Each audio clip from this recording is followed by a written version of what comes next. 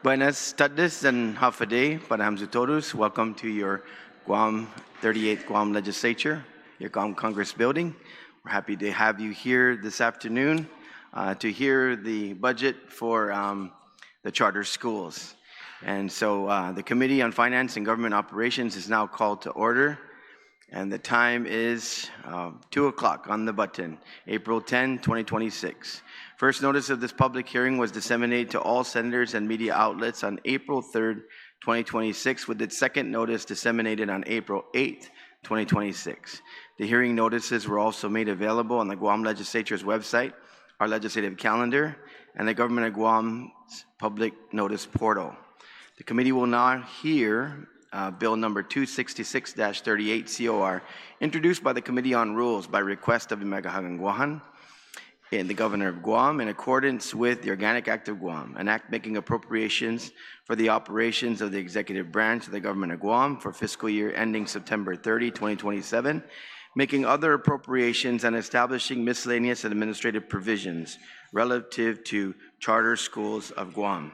Joining me for this public hearing is the Vice Chair of the committee and our Vice Speaker Ada. Thank you, Vice Speaker Ada, for joining, as well as Senator Sean Gumatauto, Senator Vince Borja, and Senator Talo Taidagui.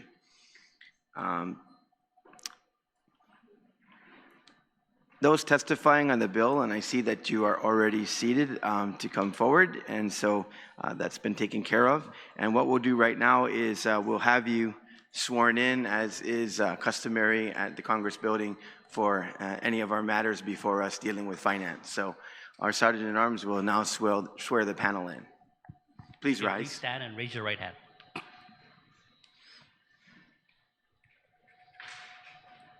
Under penalty of perjury, do you affirm that any and all information you provide today, whether it be verbally, electronically, and in writing, be the truth, the whole truth, and nothing but the truth?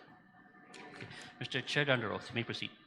Sijus Masi, Sergeant at Arms. Before we begin, I'd like to remind everyone in attendance of the Legislature Guahan's general rules of conduct.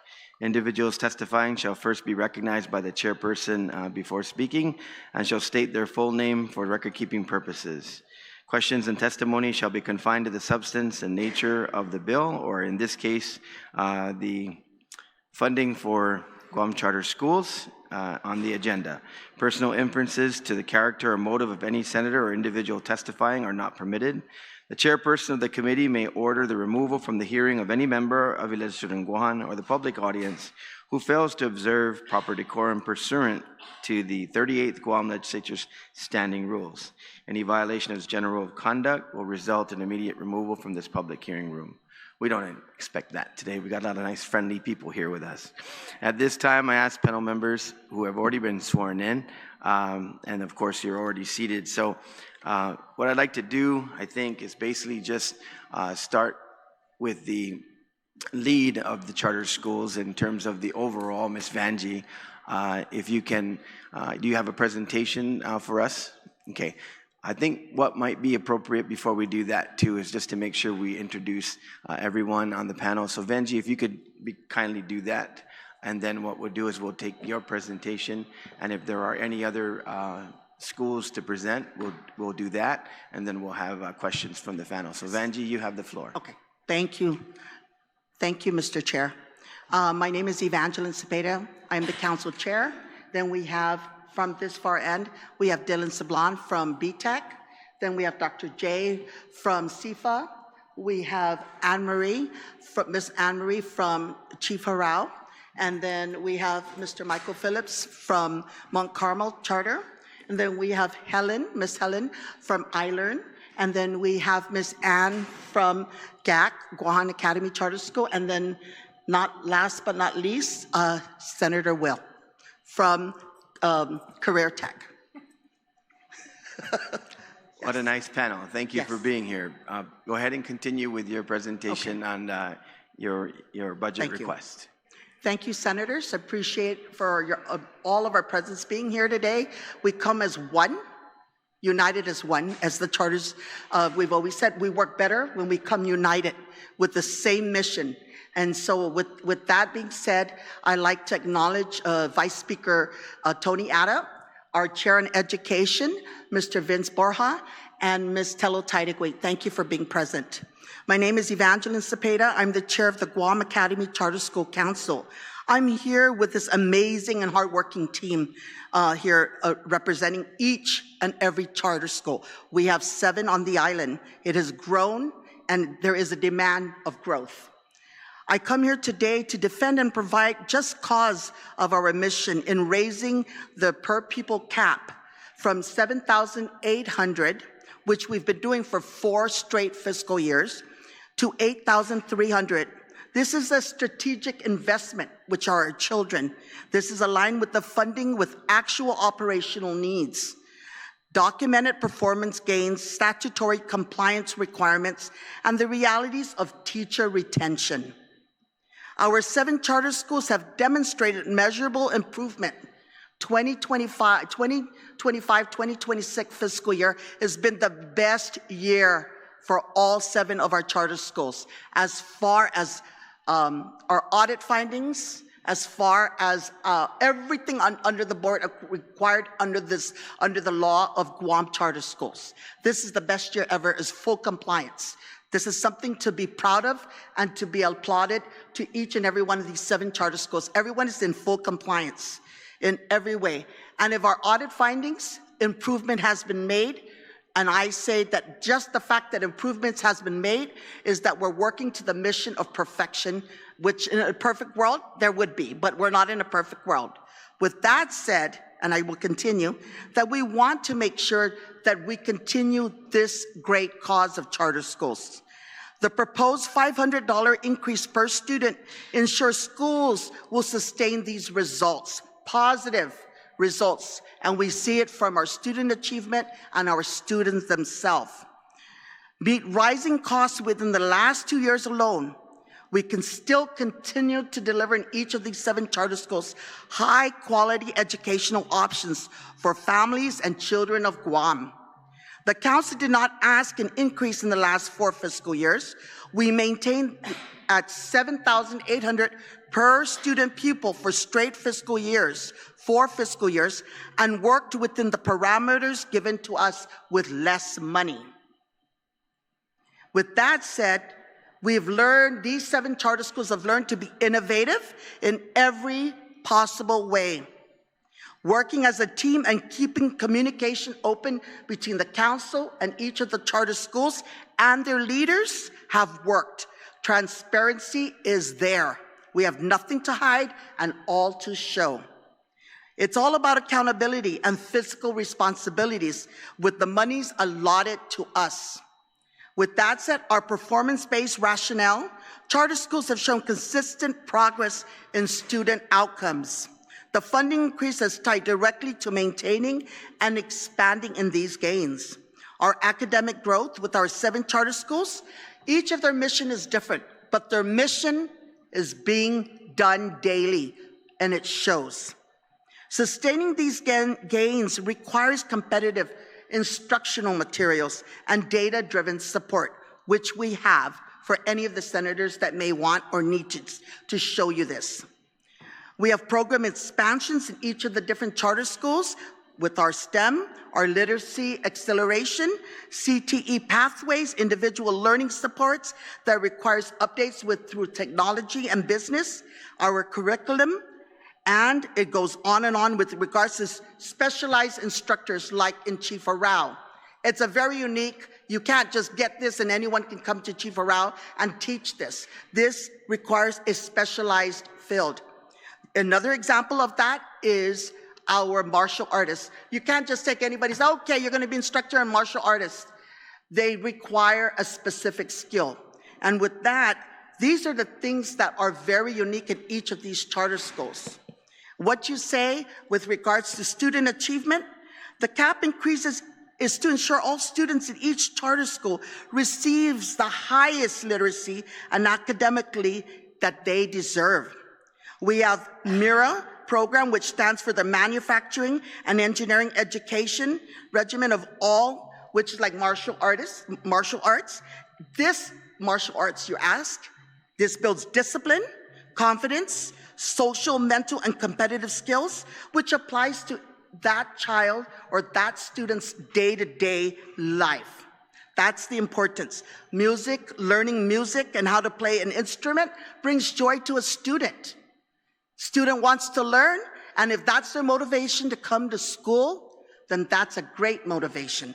These are just prime examples of the very little things that we do. I can sit here for 3 or 4 days and share with you every emphasis on the great things that each of these 7 charter schools are doing on a day-to-day, in a day-to-day operation. These are just a few, but just know this, our students in these 7 charter schools are happy. It's nothing greater than, if you want student achievement, ask our students.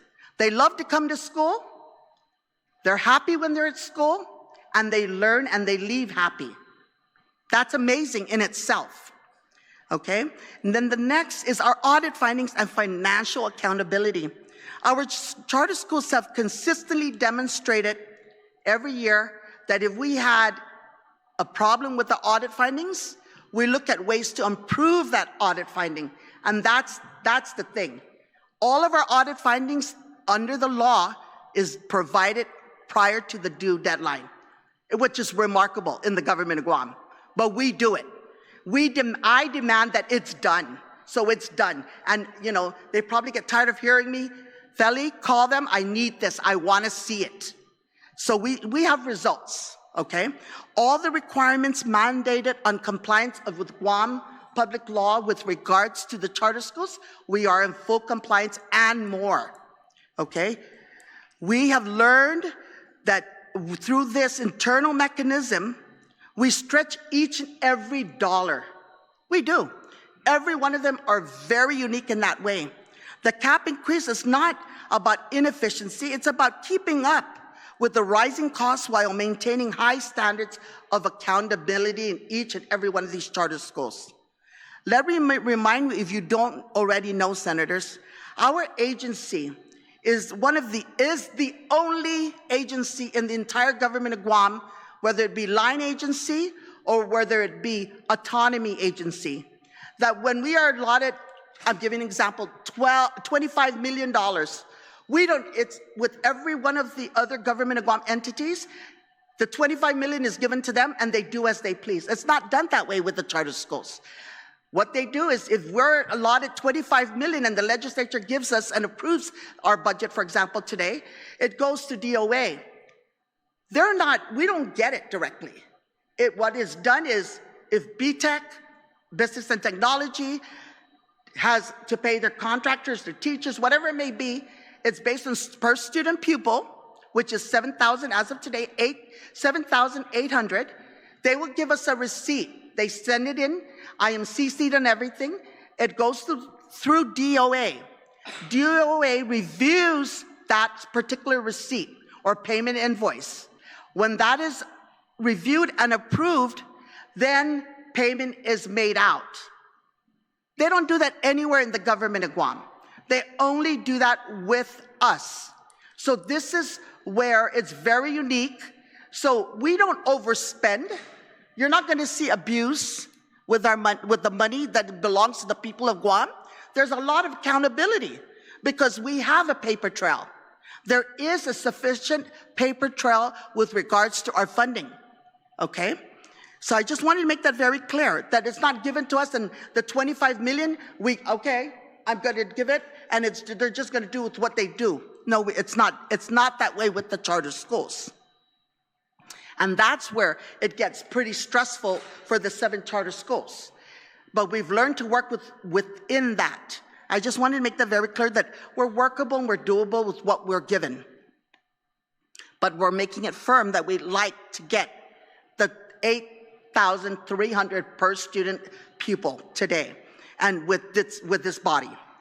With that said, I'd like to also mention that compliance, I mentioned it over and over again. Compliance requirements, as for example, public health. We're all current. Our public health doesn't require a new public health certificate until August of 2026. So we're all full compliance. As far as our audit, where our audits are turned in all in time as required by law, And I think 3 or 4 are excellent audits, clear. And the others are have improved from last year. So please, when I say this, we're not going to, for those that did better than last year, that's an improvement that needs to be recognized in itself, okay?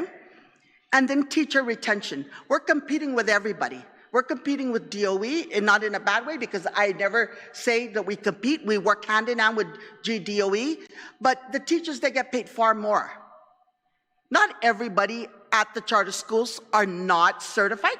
There are a lot of certified teachers. They just choose to work for the charter. But in order for us to keep retention, we have to have a little better pay, because paying a teacher $10 is peanuts, people.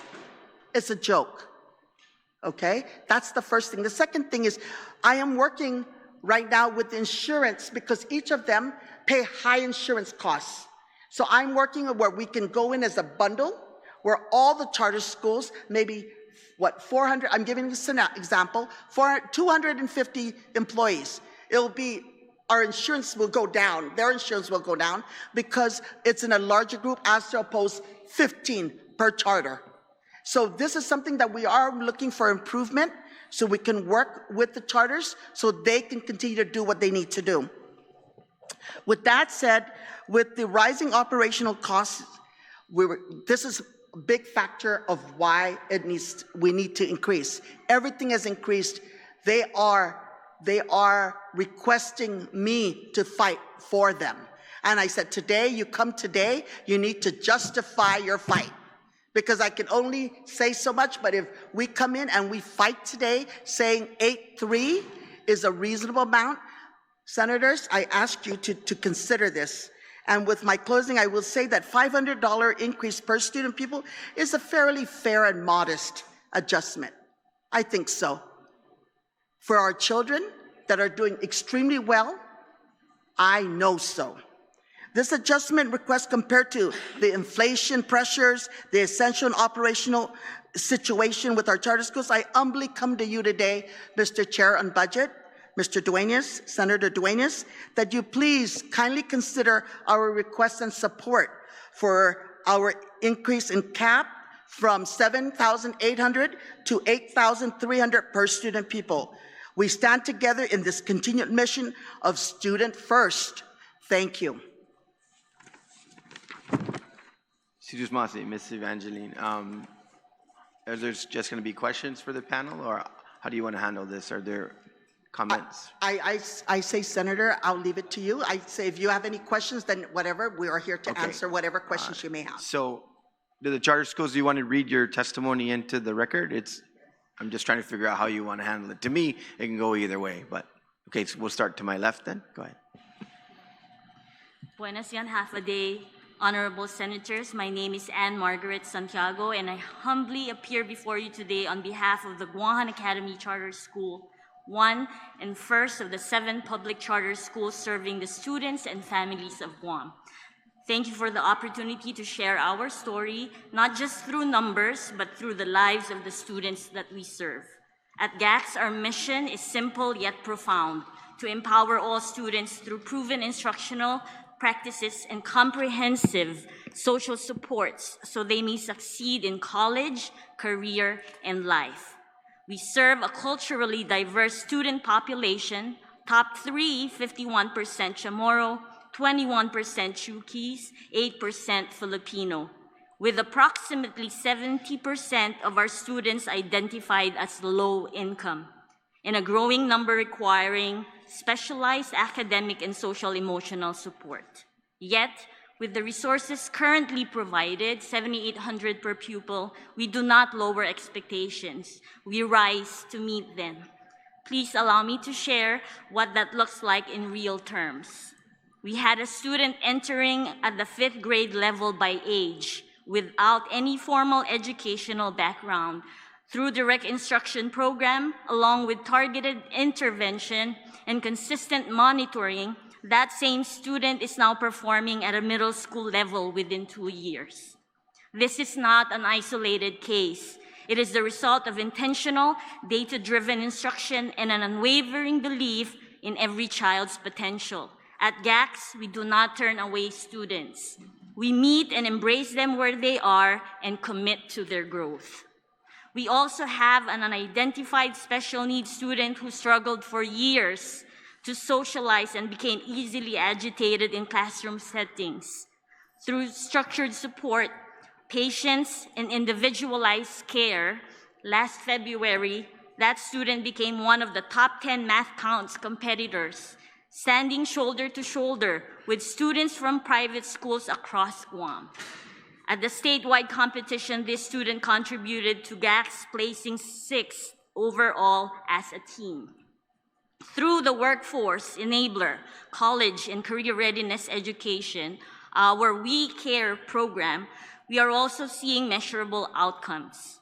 37% of seniors alongside 47% of our 11th graders are already earning the National Career Readiness Certificate, validating their workplace readiness.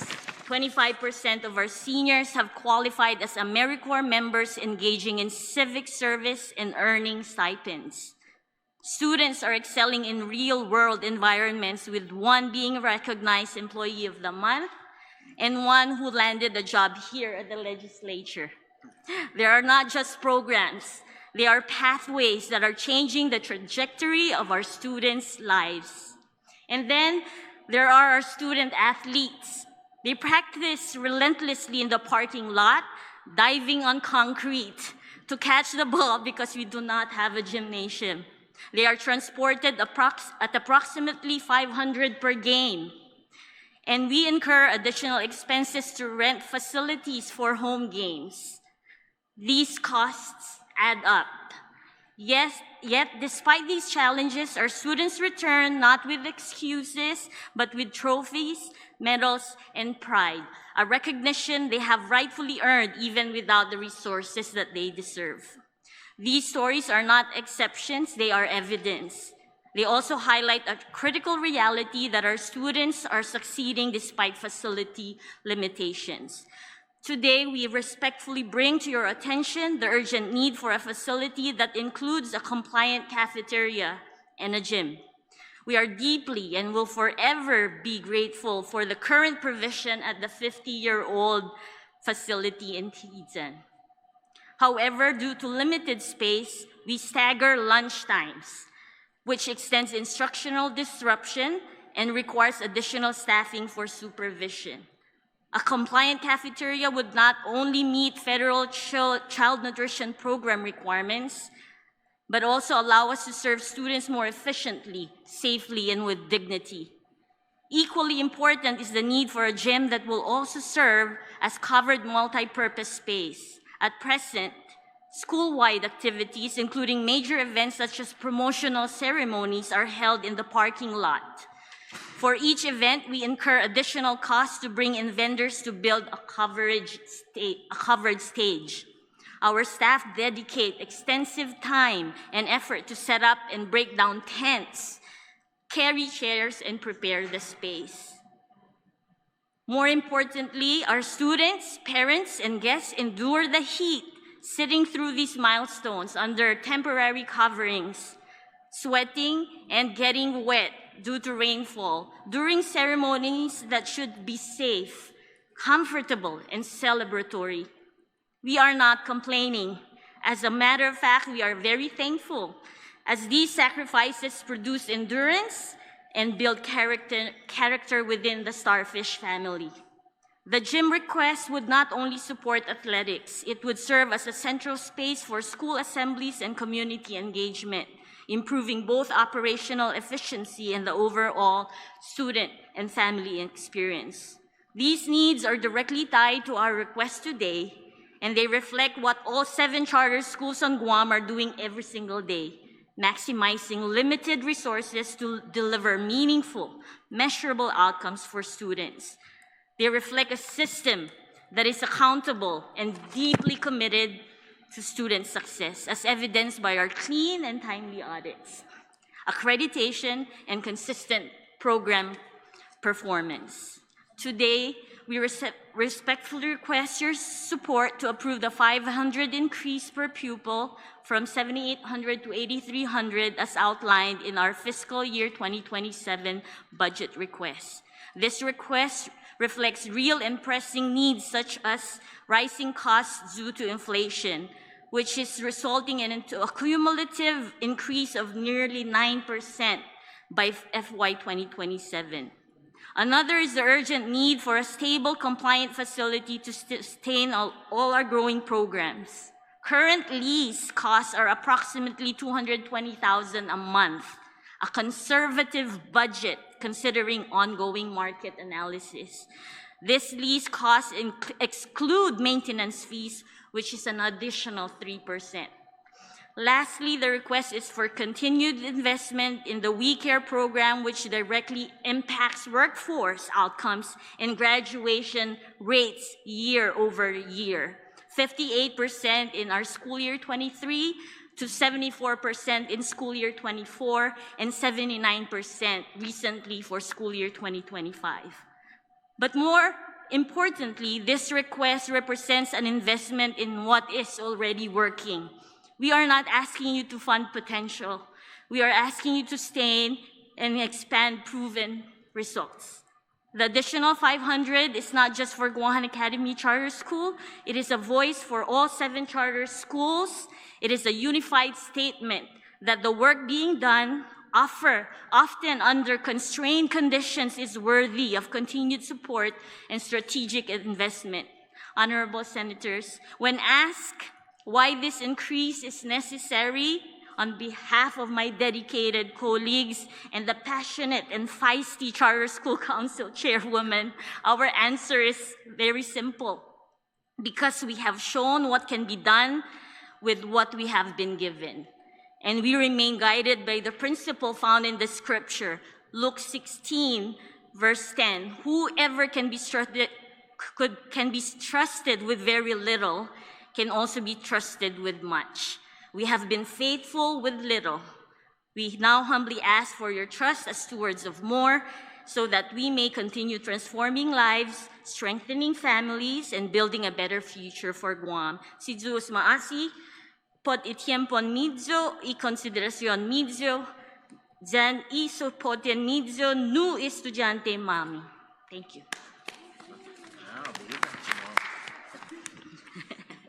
I have to study that. Si Diyos maasi. Happy Honorable Senator Chris Duenas, Honorable Vice Speaker Ada, Senator Vince Borja, Senator Sean Gumatautau, and Senator Talatai Tagui. Thank you for your time. I'm Helen Nishihira from Island Academy Charter School, and I thank you for this opportunity to share the needs, successes, and future vision of Island Academy Charter School. Today, I come before you with 2 requests, an adjustment to our enrollment cap and an increase in per pupil funding, both of which are necessary to sustain and responsibly grow a model that is clearly working for our community. First, regarding the enrollment cap. At the heart of this request is a simple reality. The demand for iLearn continues to grow, and it has done so consistently since our inception. Families are not only choosing iLearn, they are also asking to stay with us. From our earliest years, parents have expressed a strong desire for their children to continue beyond 5th grade. We have not taken this lightly. Growth at iLearn is intentional and grounded in data. Our goal has always been to ensure that expansion strengthens rather than compromises the quality of the education we provide.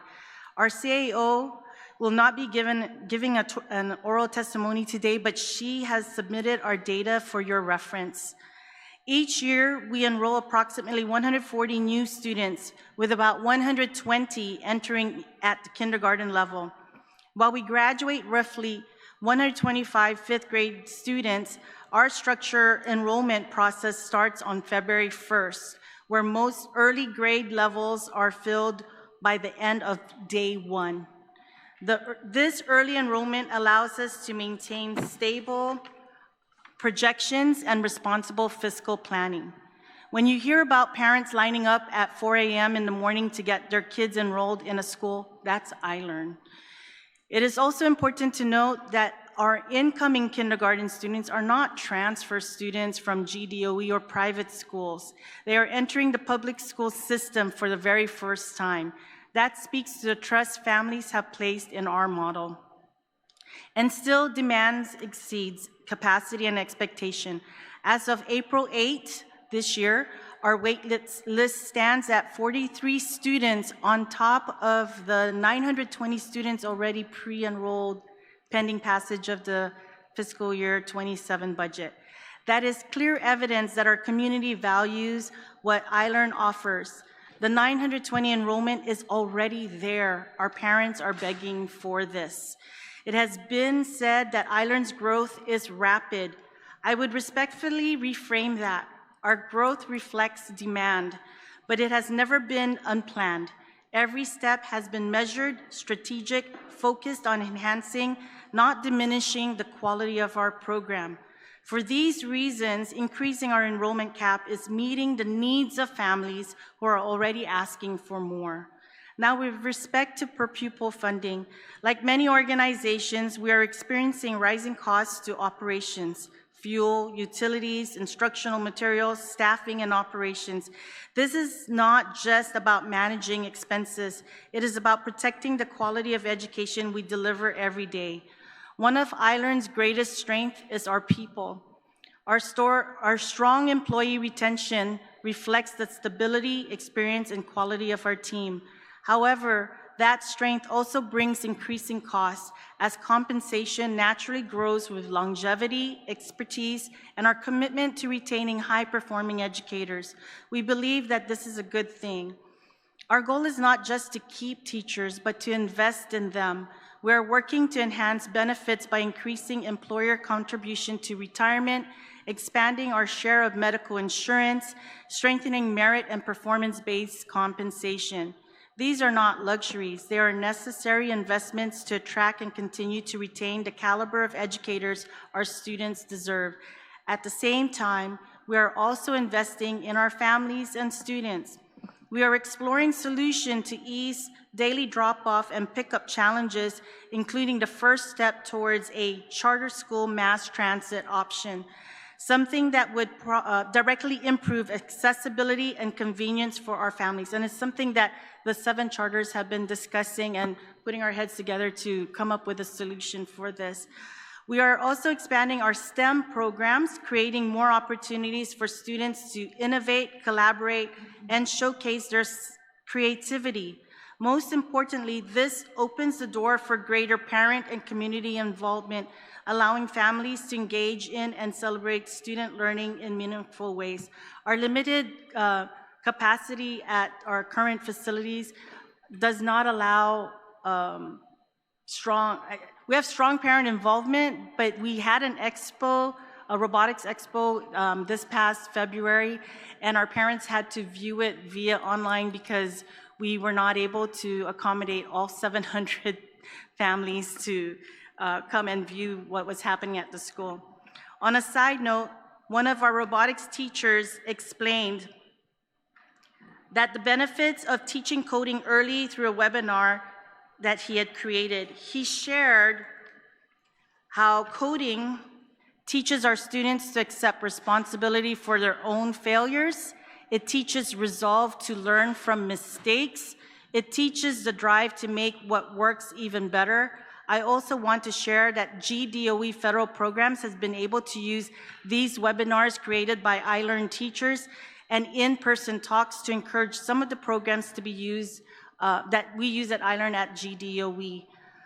In the end, this is about investing in a model that is proven, trusted, deeply rooted in our community. I'm on the side note, in regards to coding, all of our students, all elementary students, not just an elite special, all of them have robotics and coding and engineering, and then a handful of them does agriculture. So the idea is to bring this not just to an elite group of students, but to all our students. And in the end, this is about investing in a model that is proven.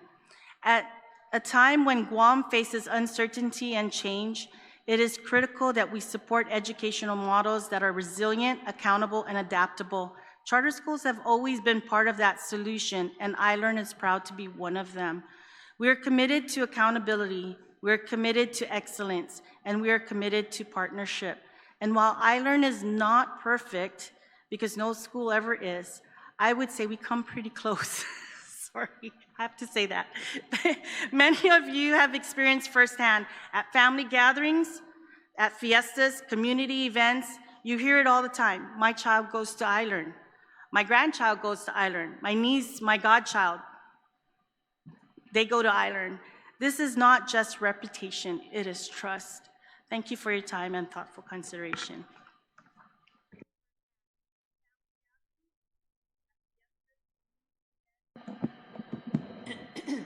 Buenas, good afternoon, Mr. Chair and Senators from the committee. We started a couple years ago and recently completed our second clean audit at Mount Carmel School. I'm Mike Phillips. I'm the chair of the Board of Trustees. I was the chair and remain the chair of the foundation that supports the school. But as a result of that, because we have a learning curve, while we had 2 clean audits, it also means we're probably moving the slowest at procurement, because you just don't have a whole procurement department when we weren't spending any government funds. And so while we're very proud of the clean audits, the consequence, of course, or what goes along with that, at the beginning at least, until you get caught up, is you're gonna have lapsed funds. And that's kind of where we are. None of our expenses have gone down, and none of the things that we need have reduced. It's just that our ability to get it now has to go through a lot of government regulations and things like that that are designed to protect the tax dollar and to benefit the local businesses, and so we're complying with that. There's been some mention made. I just want to make sure the record's very, very clear. My interpretation of law, and anybody that's sat down with me to discuss it with me has agreed that the law, since we became a charter school, has remained that we're entitled to the money for the amount of students that the charter school council decides you're entitled to. So like, for example, at Mount Carmel, I think this year it's 550, before that it was like 500. But that's not what DOA pays. When we started with DOA, different from maybe not all the schools, but the ones I've spoken to, in fact, I think the chair was shocked when she found out. They said, you know, Mr. Phillips, we just don't think it's fair that you get all the money. And we calculate daily how much we've given DOE. And so if they only get like 50% today, you're only going to get 50%. And I asked, is that anywhere in the law? They said, no, but it's what we think is fair. And so when I talked to the chair and others, they were treated very differently. Just to get a bus, we beg and beg and beg, and not going to mention the name, but one of our brother schools is very, very, very supportive of us, would say, Mike, we get an express bus from Jigo. And so we're all dealing with different challenges that in the DOE system, because it's unified, they don't have that. And so when I was listening to one of the schools talk about not having a gym, that's us. Our gym is right across the street. We're barely allowed to use it. So we're not allowed to have home games there. So we rent from Father Duenas. Ocean View's been exceptional. Sometimes our whole season is spent at Ocean View, and we're not allowed to use the Aga gym. And so recently we gained some use of it, but our students have to leave school 30 minutes early in order to be able to use the gym. Just things like that go on and go on. And so it makes it very, very challenging. But whenever we have something going, like for example, we've never ever missed summer school. That's not budgeted for. When we rent the buses, those things are not budgeted for. When we rent the gyms, those are not budgeted for. I mean, we just pay them out of our appropriation. But then we don't even get the entire appropriation. Although I think the chair agrees, and like I said, others that have read the law believe that whatever was carried over should have been carried over at the full budget. But we'll see, depending which administration it is and who's deciding how they want to interpret the law. The uniqueness, and none of our schools are completely unique, but they are fairly unique. we're the first school to be chosen, although we're not the only school that's going to be doing this. We were the first chosen by the Department of Defense, now the Department of War, to implement their industrial arts program. It's a middle school program. It's 3 years. They're going to build out the room. It's $150,000, approximately $150,000 investment by DOD. But of course, it's like me coming to your house and saying, hey, I've got all the musical instruments. You know, if you just have the room, I'll cover the rest. Well, it does create expense, but the benefit to the students is amazing because now, I'm not going to exaggerate and say that they're ready to work for SRF, but they're going to have 3 years of 41 hours each year that's absorbed into either one class or two classes that MIRA, which is the educational institution that's running this, is monitoring and going to guarantee that those students participating. At our school, it'll be all the students in middle school, it's not elective, are going to participate in that program. It's all but guaranteeing those students will have that career if they want. Now, they'll be given a choice, but it's nice to know that if they wanted, if they continued on, they would have that career. Something that we also do that's extra is we have a business program that we started with the late Al Israel when he made a sizable donation. We included business as a fundamental part of our curriculum. We have business activities and things like that. The mission that we have, there's 3 parts: music and health and spoken tomorrow. And in music, we've piloted a program for the last year where students between the ages of 3 and 6, instead of growing up like I did and listening to pop music, they listen to classical music and complex jazz. And without exaggeration, on the second day of the program, on the playground, the little kids were singing Fly Me to the Moon. And so, as opposed to I'm a Little Teacup. And the studies demonstrate that after you do this, and I believe they'll bear them out, the studies will bear this out, that you could introduce math in the same way. There's no reason why a 2-year-old can't memorize 2, 4, 6, 8. There's no explanation. It's just we've always taught that way. And so that's where it'll move next. But it is expensive, not just because you need exceptional faculty. We're fortunate to have Patrick Palomo and others that assist them.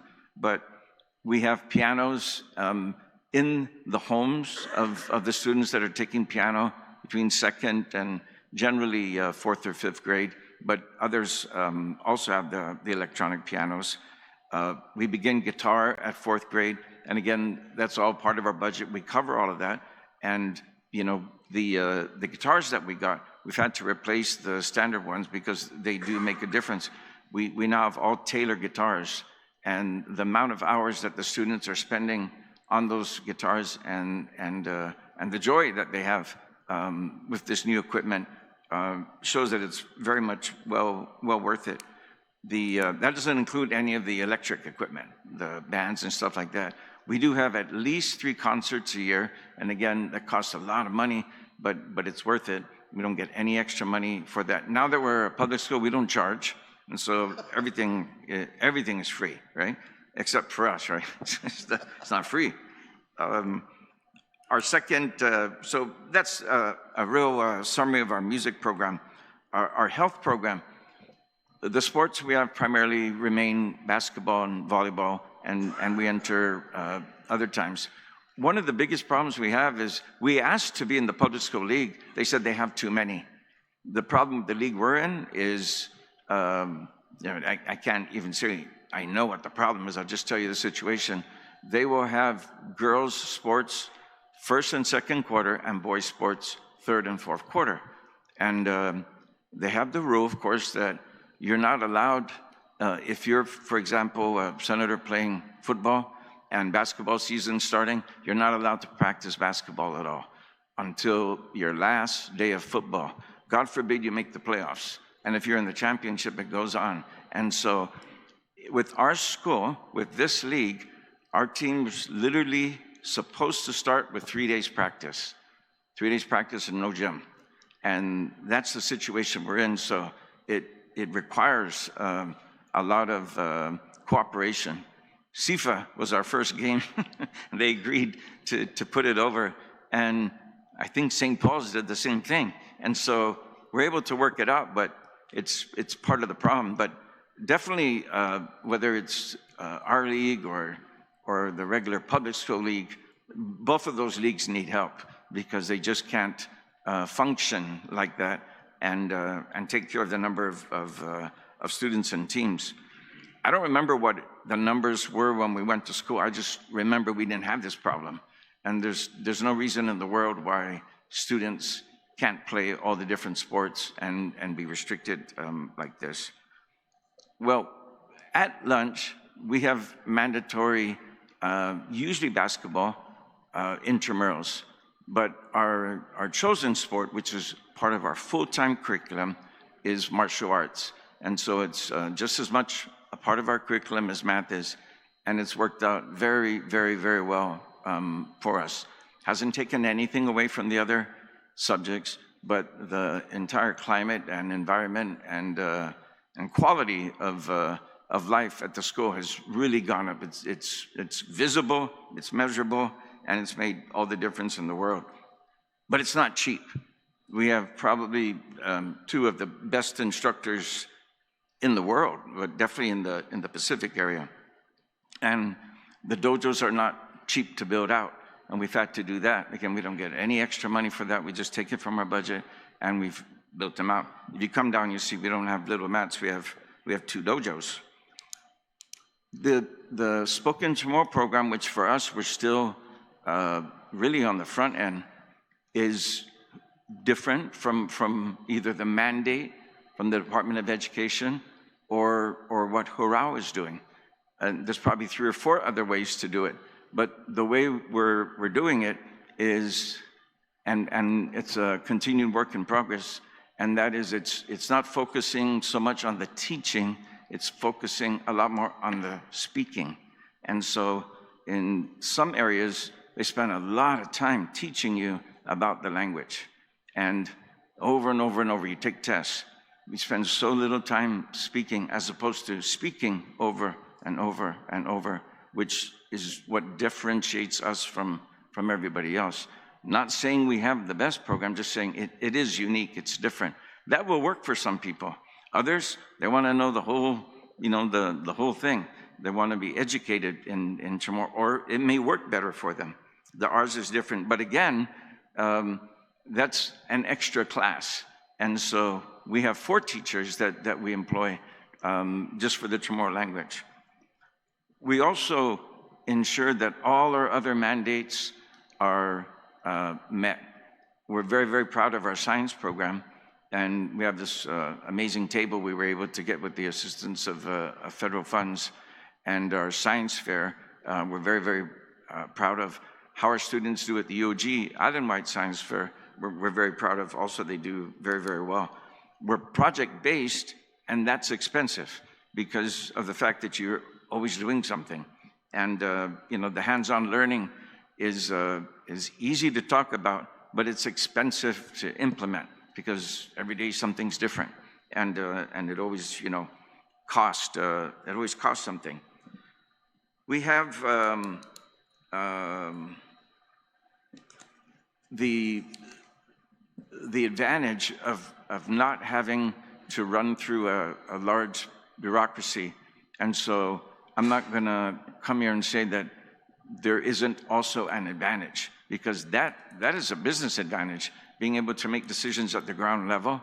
Now, we're held accountable because we're audited every single year. I'm not going to speak for the other schools. I just know at our school, the accountants work with our people between 3 and 4 months out of 1 year.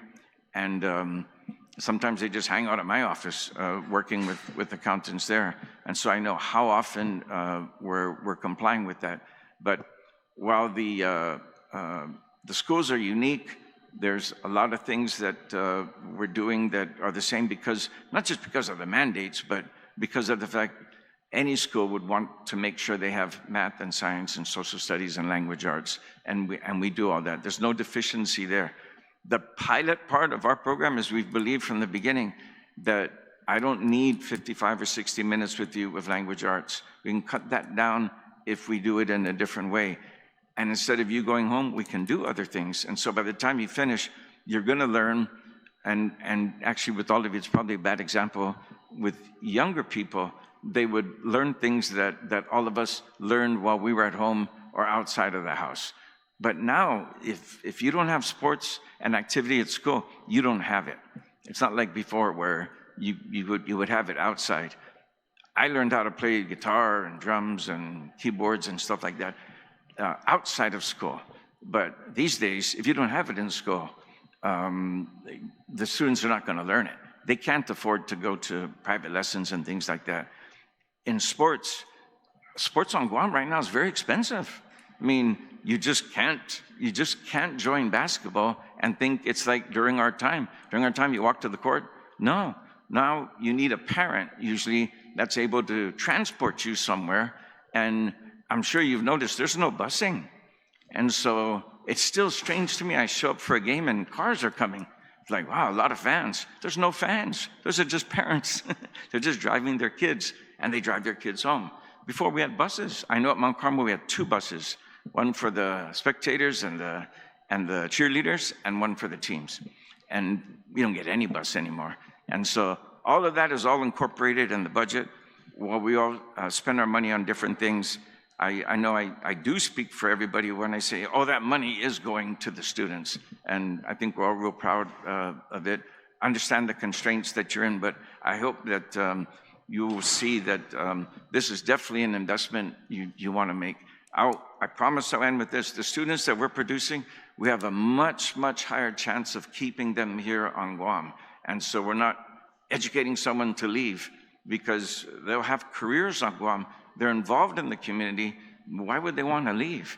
I should say the chances of them leaving are much, much lower than if you don't do all these programs. Thanks so much.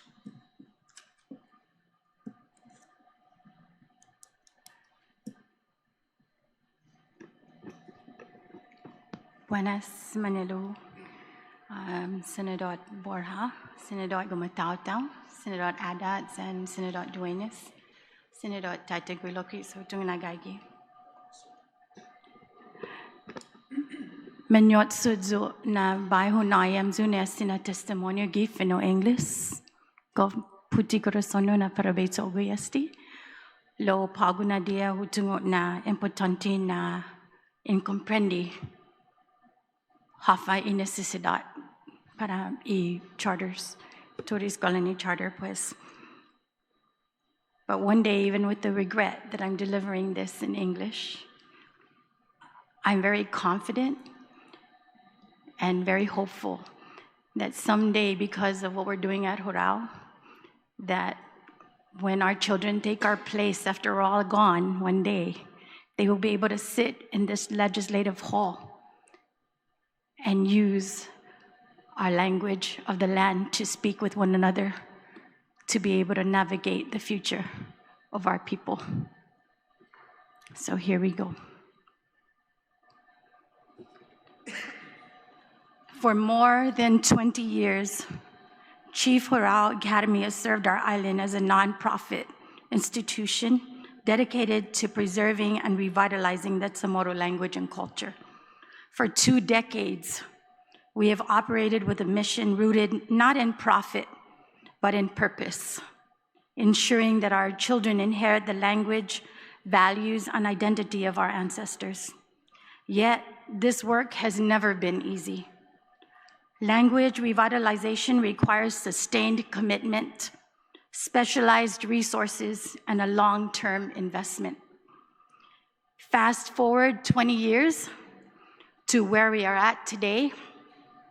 In addition to the current programs that we have built over the years, I would like to highlight some facts since we have become a charter school under Magaʹhågan Hurao Chamorro Academy, and as documented in our report of accomplishments, which you can find on our website. In less than 2 years of operation, we have demonstrated that Chamorro medium education is academically rigorous, culturally transformative, and community-driven. These 6 points, although there are many more, these 6 points of data speak very clearly in its results. Number one, we have had strong academic results. 85% school-wide performance average and 98.9 grade advancement with a 12-point immersion advantage validated by international research on Indigenous language education. Number two, we have an extraordinary demand. 93.4% enrollment growth in a single year, 47 times the national charter school average, with almost 100 students still waiting and families traveling from 23 villages across Guam to participate. And this brings me to the request for this year's budget. Our budget cap right now for 200 students is only 200 students, and we'd like to request to move up to 275 in order to accommodate the waiting list. We have proven competitive excellence, 10 plus more island-wide award students invited to perform at government ceremonies and partnerships with leading cultural institutions. Number four, we have deep community impact, close to 200 care packages distributed to those in need, something that we need to practice in our culture, or that we practice in our cultures in Afamalik, a 500 plus person cultural production at the Guam Museum, 400 plus family volunteer hours, and 11,000 raised through grassroots fundraising. Number five, we have an innovative educator pipeline, a replicable grow your own model addressing the global shortage of Indigenous language educators, with 85% of our staff certified or pursuing certification. So just to elaborate on that, what we mean by that is that 85% of our staff came from 20 years of growing them in Hurao, who are now our staff members. And number six, we've addressed our cultural urgency, with Chamorro speakers declining by 75% over the last century and compromising only 17.8% of Guam's population. Magaʹhågan and Hurao is delivering measurable results in language revitalization while maintaining academic rigor, a model validated by successful Indigenous immersion programs in Hawaii, New Zealand, and across the Pacific. And yet, even with all these accomplishments, I would like to bring to light an honest fact that most may not see at this point of our revitalization journey as the Chamorro people. The honest reality that we face is that fluent Chamorro speakers who are also trained educators are not easy to find. They are the result of years, often decades, of lived experience, cultural knowledge, and intentional learning. Yet, too often, we ask these individuals to carry the weight of language revitalization without providing compensation that reflects their true value. This is not sustainable. If we are serious about building a strong Chamorro medium education system, we must invest in the people who make it possible. With the $7,800 per pupil student cost, it is impossible to meet comparable market salaries and benefits, when in fact they should be compensated more for this specialized work. Providing competitive salaries and meaningful benefits is not a luxury, it is a necessity. It allows us to recruit, develop, and most importantly, retain the educators who are essential to this mission. When we honor our pipiksai, when we say pipiksai, it comes from the root word poksai, and in our culture, poksai, ipineksai is so important. It's not just teaching them math and science and social studies. It's raising them the way we were raised to become wonderful Chamorro citizens in our community. All the professional Chamorro immersion educators and staff members who are on the ground doing this vital work of revitalization with fair compensation. We are not only supporting them, we are strengthening their commitment, stabilizing our programs, and ensuring that our students continue to learn from fluent, dedicated Chamorros who have taken up this commitment to restore our roots. Anything less puts the future of this work at risk. This work requires sustained investment. and immersion education demands specialized curriculum development, teacher training, cultural resources, and community engagement efforts that go beyond traditional school models. Without adequate funding, we risk limiting access for students and slowing the momentum of revitalization. Today, not only are our students among the few who have the opportunity to learn, speak, and live this language every day, but we are also building community sustainability because we are preparing young leaders who are grounded in their identity and committed to serving and sustaining our island community, who will one day sit in our places. With each new speaker, we are reclaiming what was nearly lost. Supporting Hurao is not simply funding an educational program. It is a commitment to justice, our heritage, and the future of our people.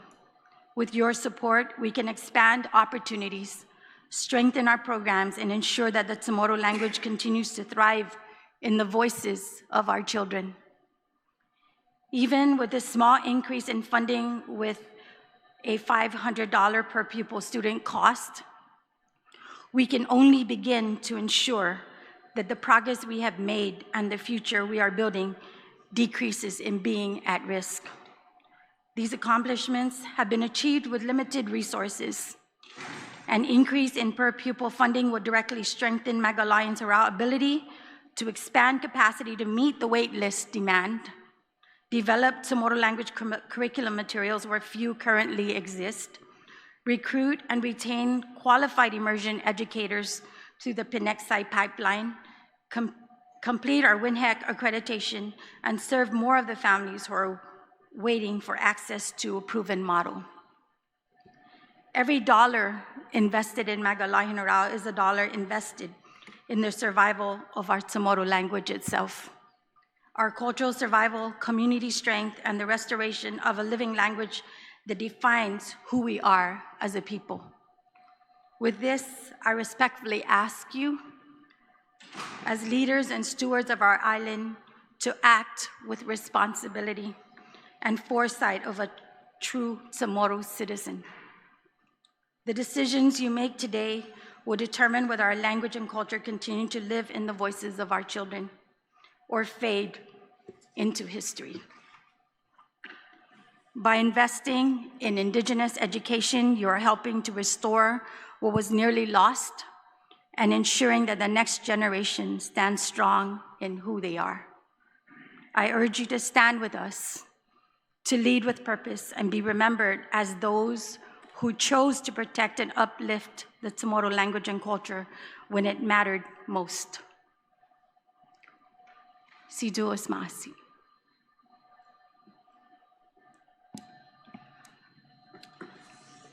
Hafaday, Honorable Senators, Senator Dueñas, Borja, Guantautau, Vice Speaker Ida, and Senator Taitagui. As I sit here before you today, my name is Anthony Sunga. I'm the CEO for Seifa Learning Academy. And as I sit here before you today, I'm not just presenting a budget request. I am presenting you a roadmap of Guam's educational future.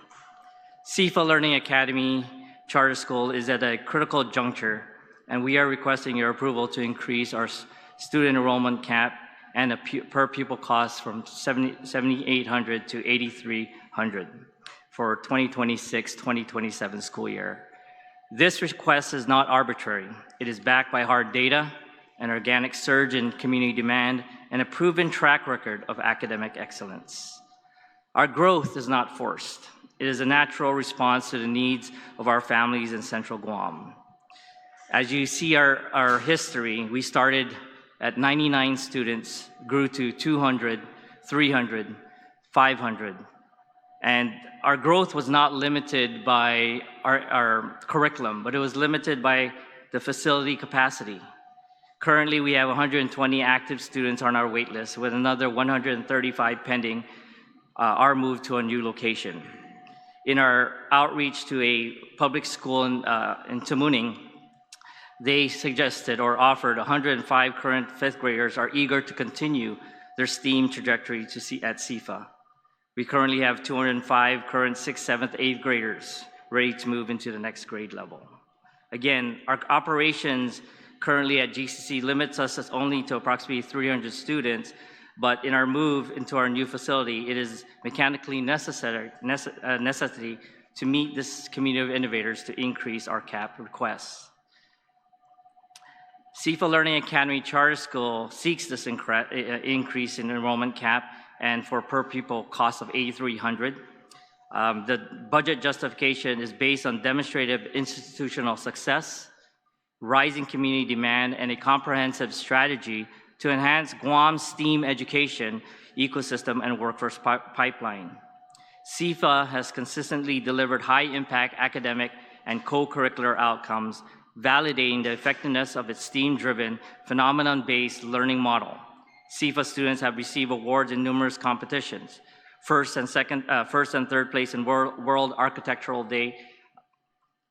Math counts advancements of our Seifa participants into the state competition. We continually have participation in the Scripps Regional Spelling Bee. 3 teams competed in the annual first LEGO League Pacific Regional Robotics Competition, where the Team Master Builder team earning an Engineering Excellence Award, which highlights the development of applied engineering competencies. 12 participants in the Guam History Day, first place Junior Division individual exhibit was a student from Seifa. Our students continually to advance in the Alienware Science Fair at University of Guam, which demonstrates the science program's effectiveness in promoting science inquiry and successful project-based learning.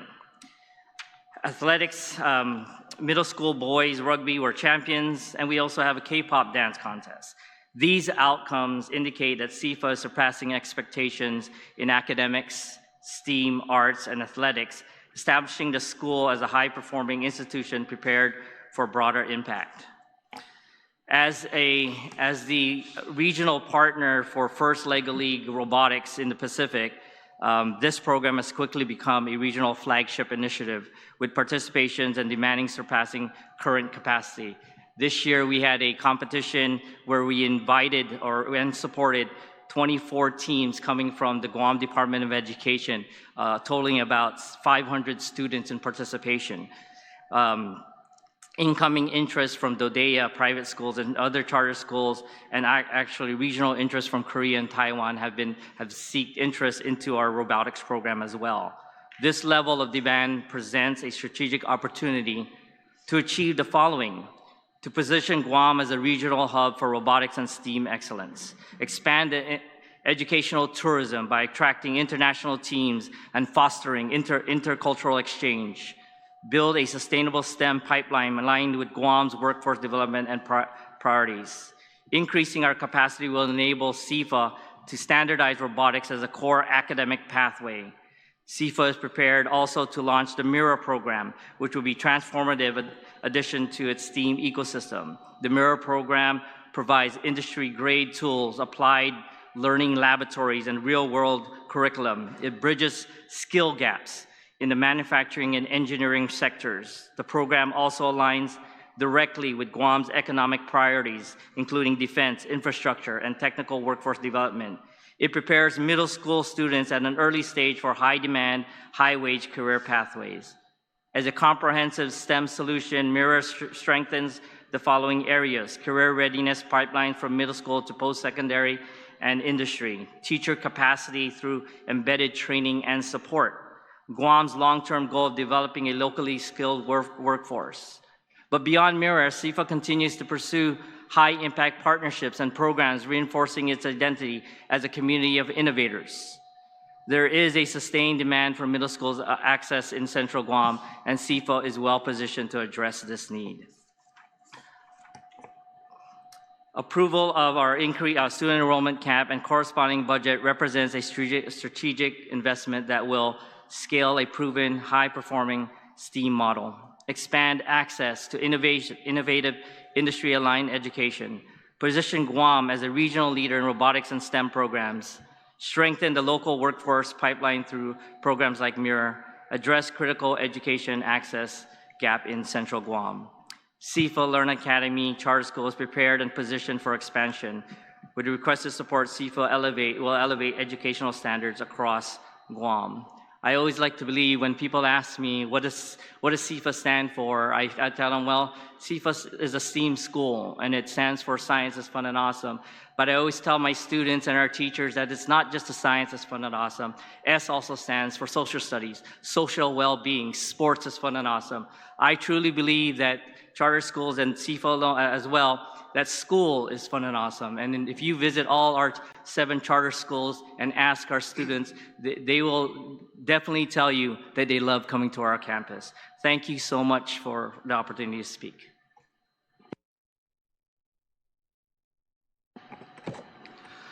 Buenas, senadora, atending midzo afade.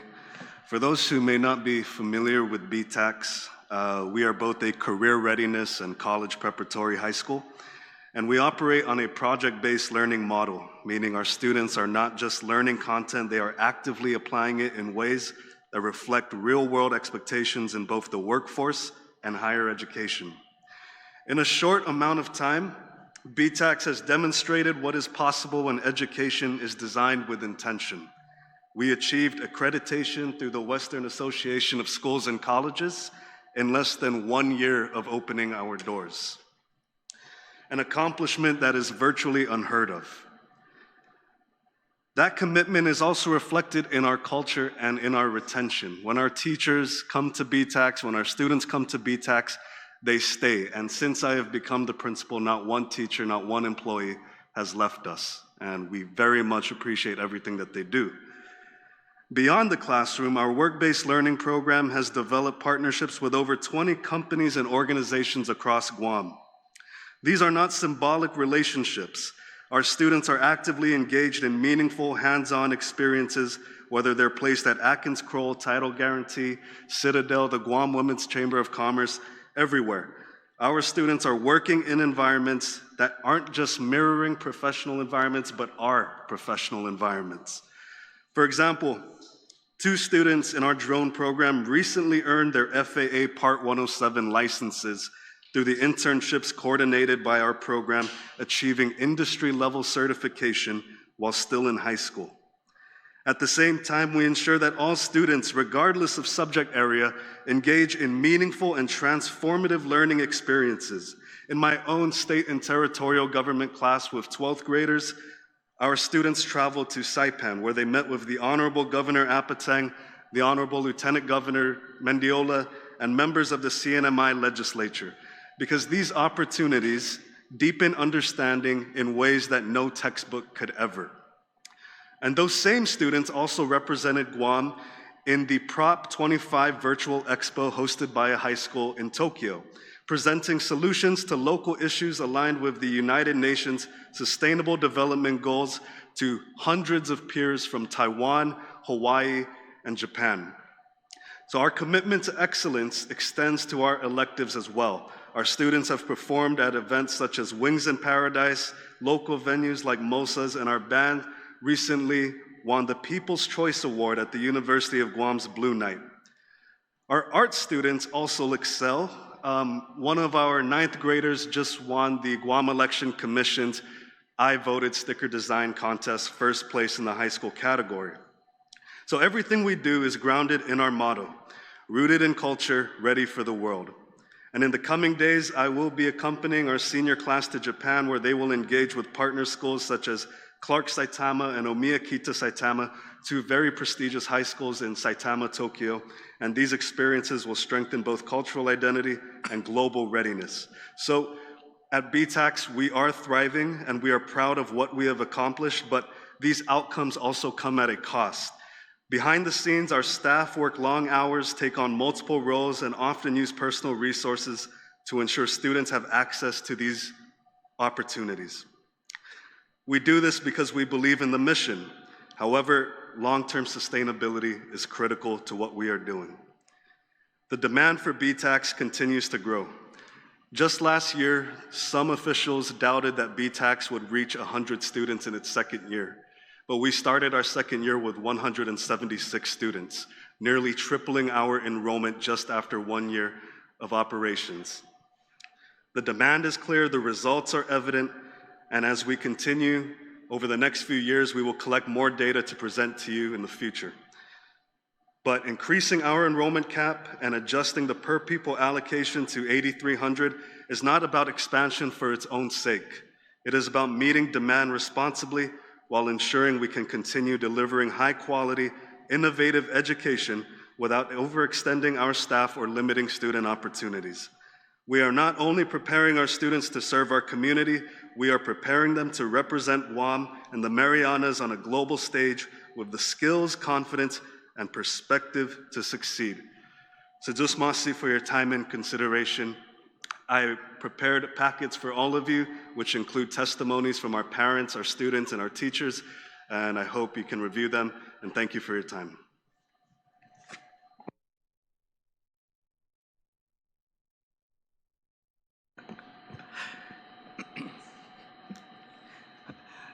Dispensa, buenas tardes para todos samzu.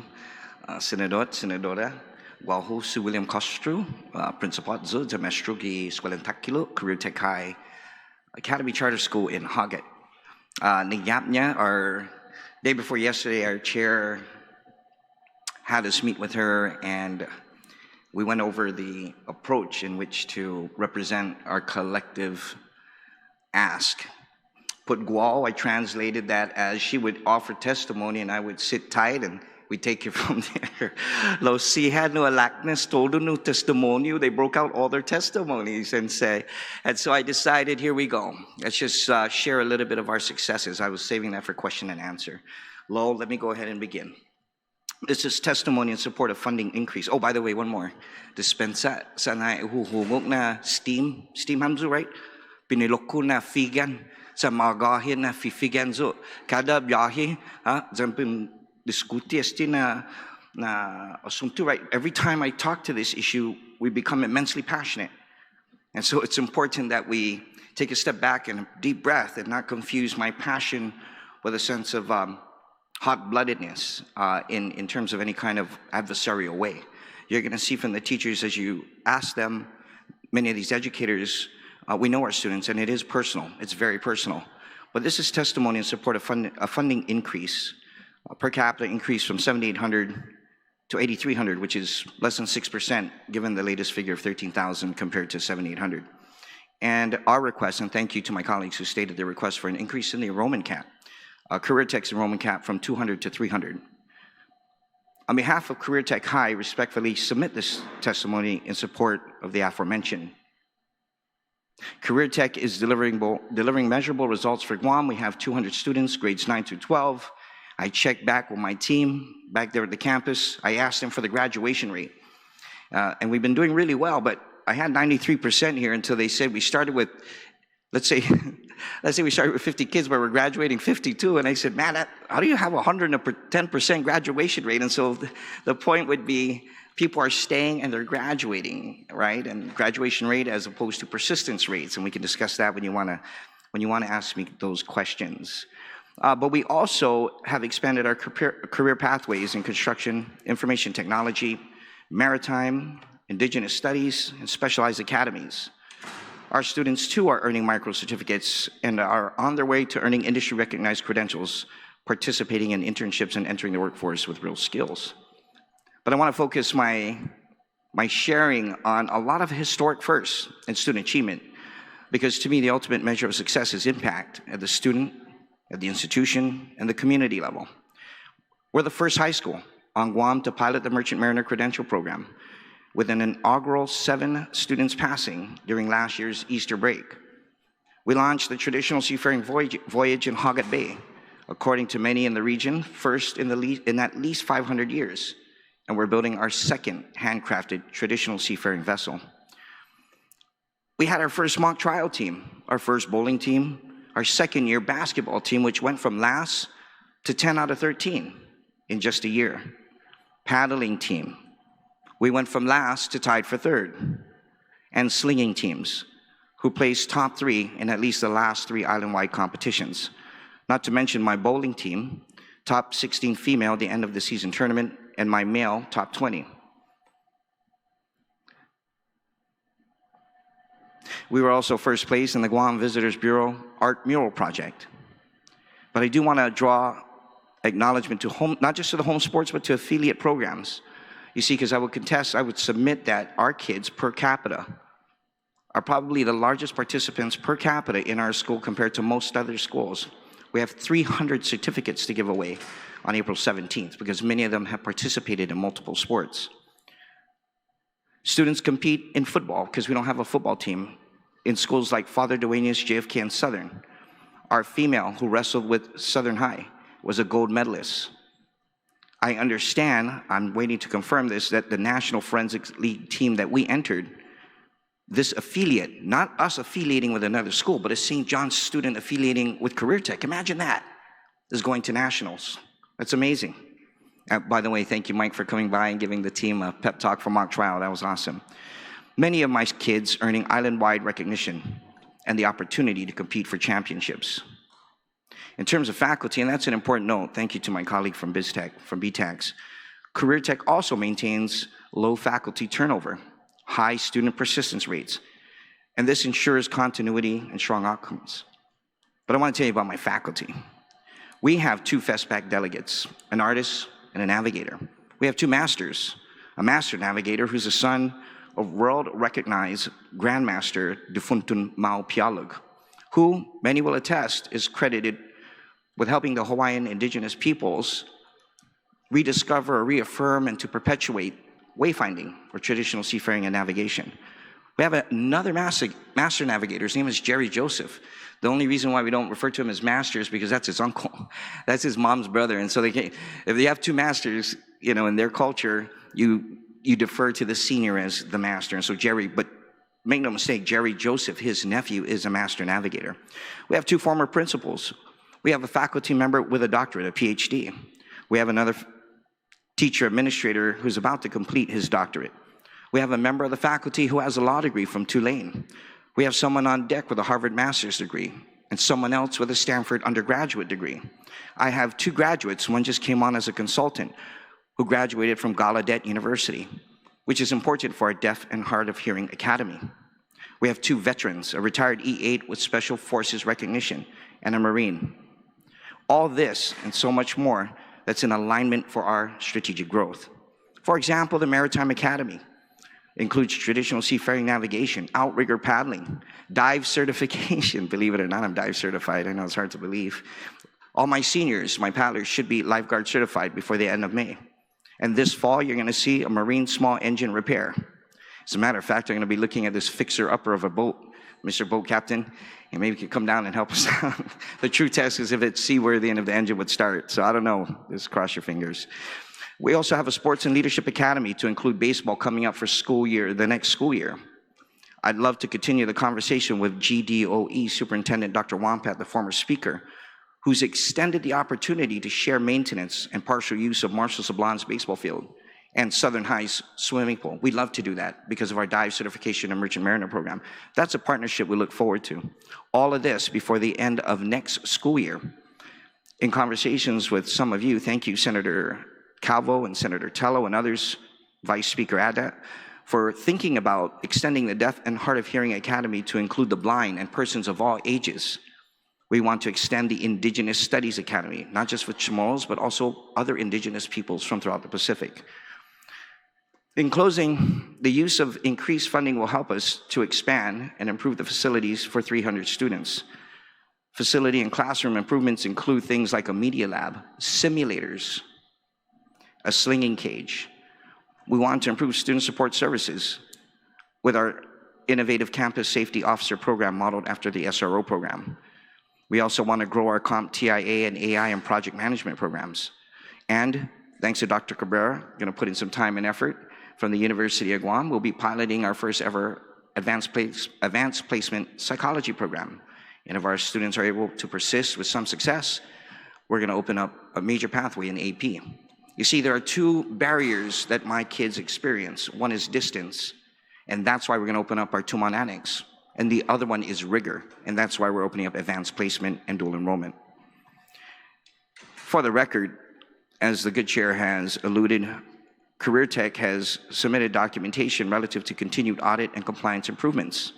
Oh, by the way, back to community impact. we're not just part of the conversation, we're leading the conversation, and we're leading the advocacy with Senator Tello and others who co-sponsored the bill. For example, to allow paddling to occur and be evident in the southern coastal cities of Hagat, Humatak, Maleso, and Inalahan.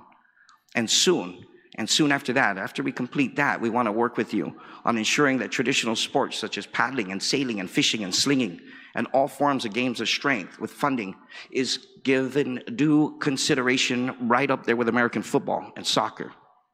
I believe that slinging is just as important, if not more important. In closing, I hope this should suffice for now that Career Tech is a proven high-impact model that delivers workforce-ready graduates and most certainly adds to strengthening Guam's economy. Sidusmasi, Mizu. Susmasi, Senator Will, and to the entire team and Madam Chair.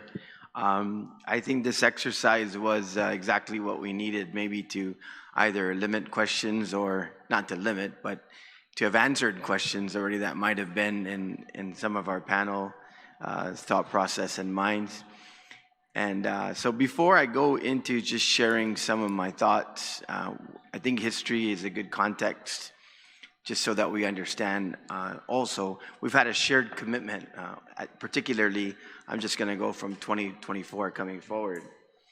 So in 2024, authorized level of 18 million, that was at 7,500 during that time per pupil. Guåhan had 765 authorized level. I learned 780 authorized level. Seifa 430 authorized level. Career Tech High 140 authorized level. Mount Carmel 400 authorized level, and Tomorrow Academy as well as BTAX was yet to come online. And in that year, it was an $18 million budget. And there was, we've gone over our records, there was a tracking of 200 million in lapse, or 2 million in lapses. So if you see the 24 going forward, basically only iLearn didn't have an increase there at 780. Everyone else had an increase in enrollment.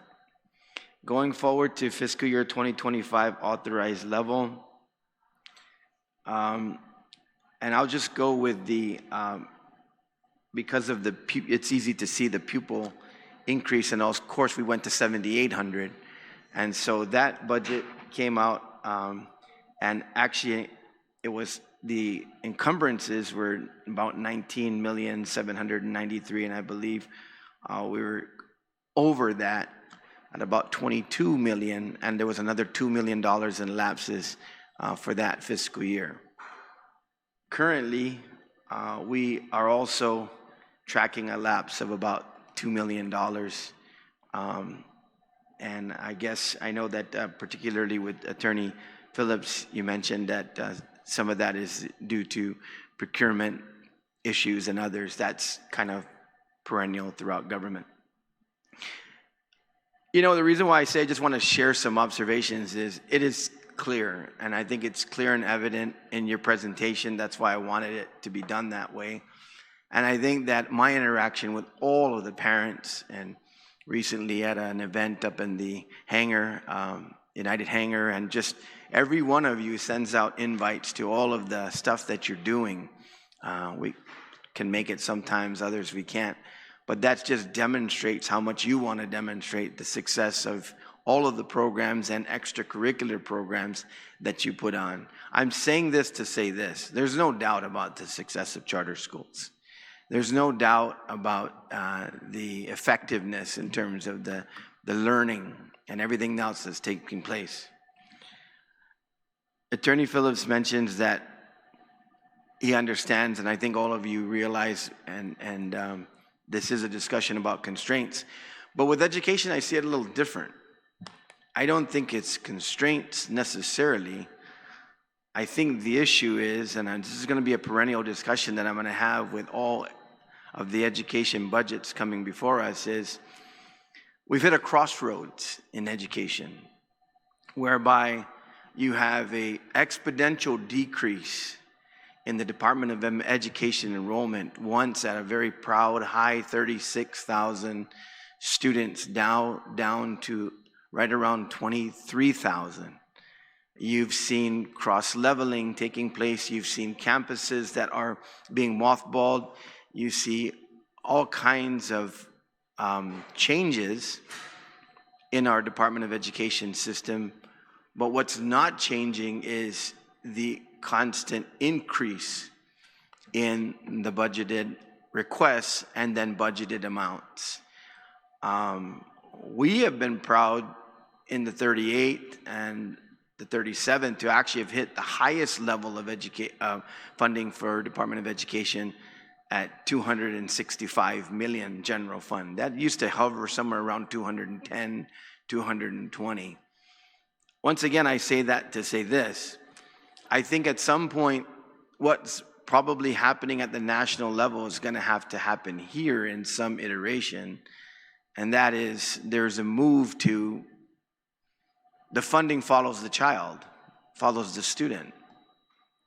Because right now, as you probably may have seen in some media representations today, even with your request, you're quite a bit lower than, and I know there's other factors for that. You know, I have public school system family members that are in all levels of the Guam public school system, and they've explained to me all of the requirements and the needs and the things that take place in order to be able to provide education with the mandates that maybe some of your constraints don't exist. Nonetheless, this is where I think our challenge is at this point. So going forward, now the request having been increased prior, and then the overall variance right now is across all of the schools to increase by 525 pupils, along with the $500 tuition increase in terms of the per pupil. So the committee is going to take in to consideration the request, balance it across what the entire system and what the ceiling will hold. And as I also will enumerate here, the request from the governor's office is basically identical to the legislature's, or at least what's identified in terms of what we see in the possible legislation going forward as well, and that's relatively status quo. So, no question, you've made the case. I don't have an issue with that. I think where it's going to come down to is really where are we going to be when we sit down and hopefully in a month or so here and bring everybody together for a conversation after we hear all of the education presentations on budget and see really where we are. One of the things that of note to me in your presentation was facilities. And once again, you would note that you have mothballing of facilities across Department of Education, a need for those facilities in the charter schools. And so I want to see what we can do there, because I understand there is a discussion about how to outfit, you know, the extracurriculars and others along with charter schools. My personal opinion is we shouldn't reinvent the wheel. We should find out what the inventory looks like, see what the investment might be in terms of co-locations of areas where you're at, to be able to do that and under some sort of agreement. But that's to be determined down the line. But that's what I'm going to try to get from every educational institution that comes before us with this representation, is the willingness to sit down and kind of go over this. Because I think that, you know, without question, I think if every one of you, and I'm going to ask you to do this as a matter kind of as homework, I think I'm going to go out on a limb here to say that I bet you close to 90%, if not more, of the student population that you have would otherwise be in the Guam public school system. I think that folks who want to send their children to private school, particularly for faith-based reasons or other reasons, and because they have means, are already doing that.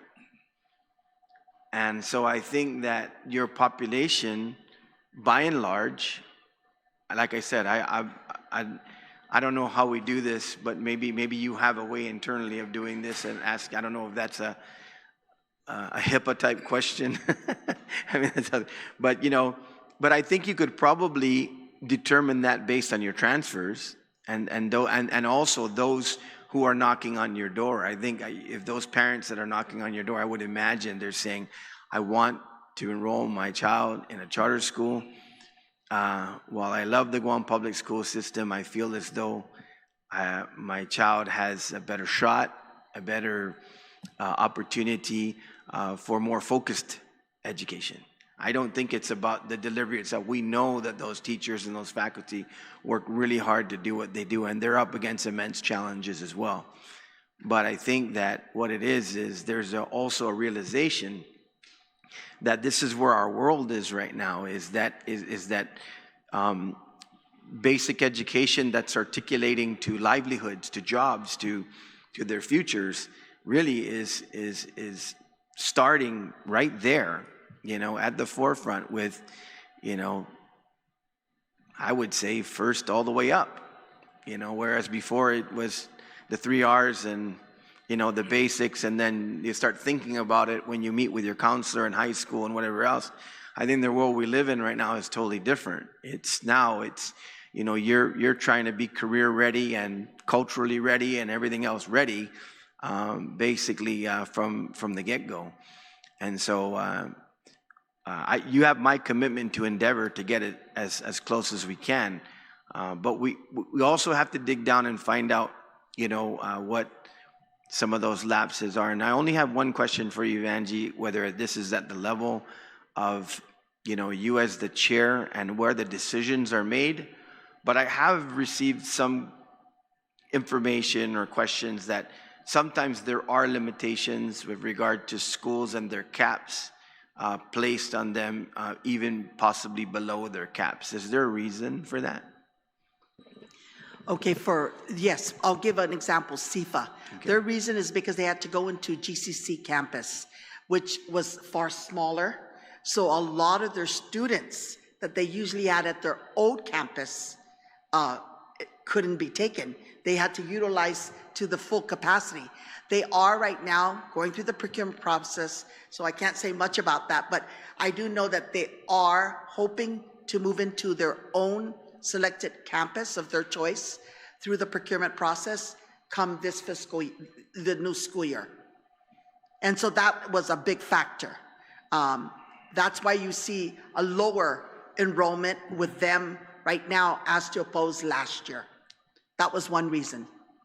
But there's no disapprovals for any other schools as to if they're below their cap. It's like they can accept students up to their cap. Absolutely, Senator. And we, I don't think anyone has turned anyone away. They've been put on the waiting list and then they remain there. I do have parents calling me saying, Ms. Cepeda, we've been on the waiting list for 4 months. I'm like, unfortunately, they're full to capacity.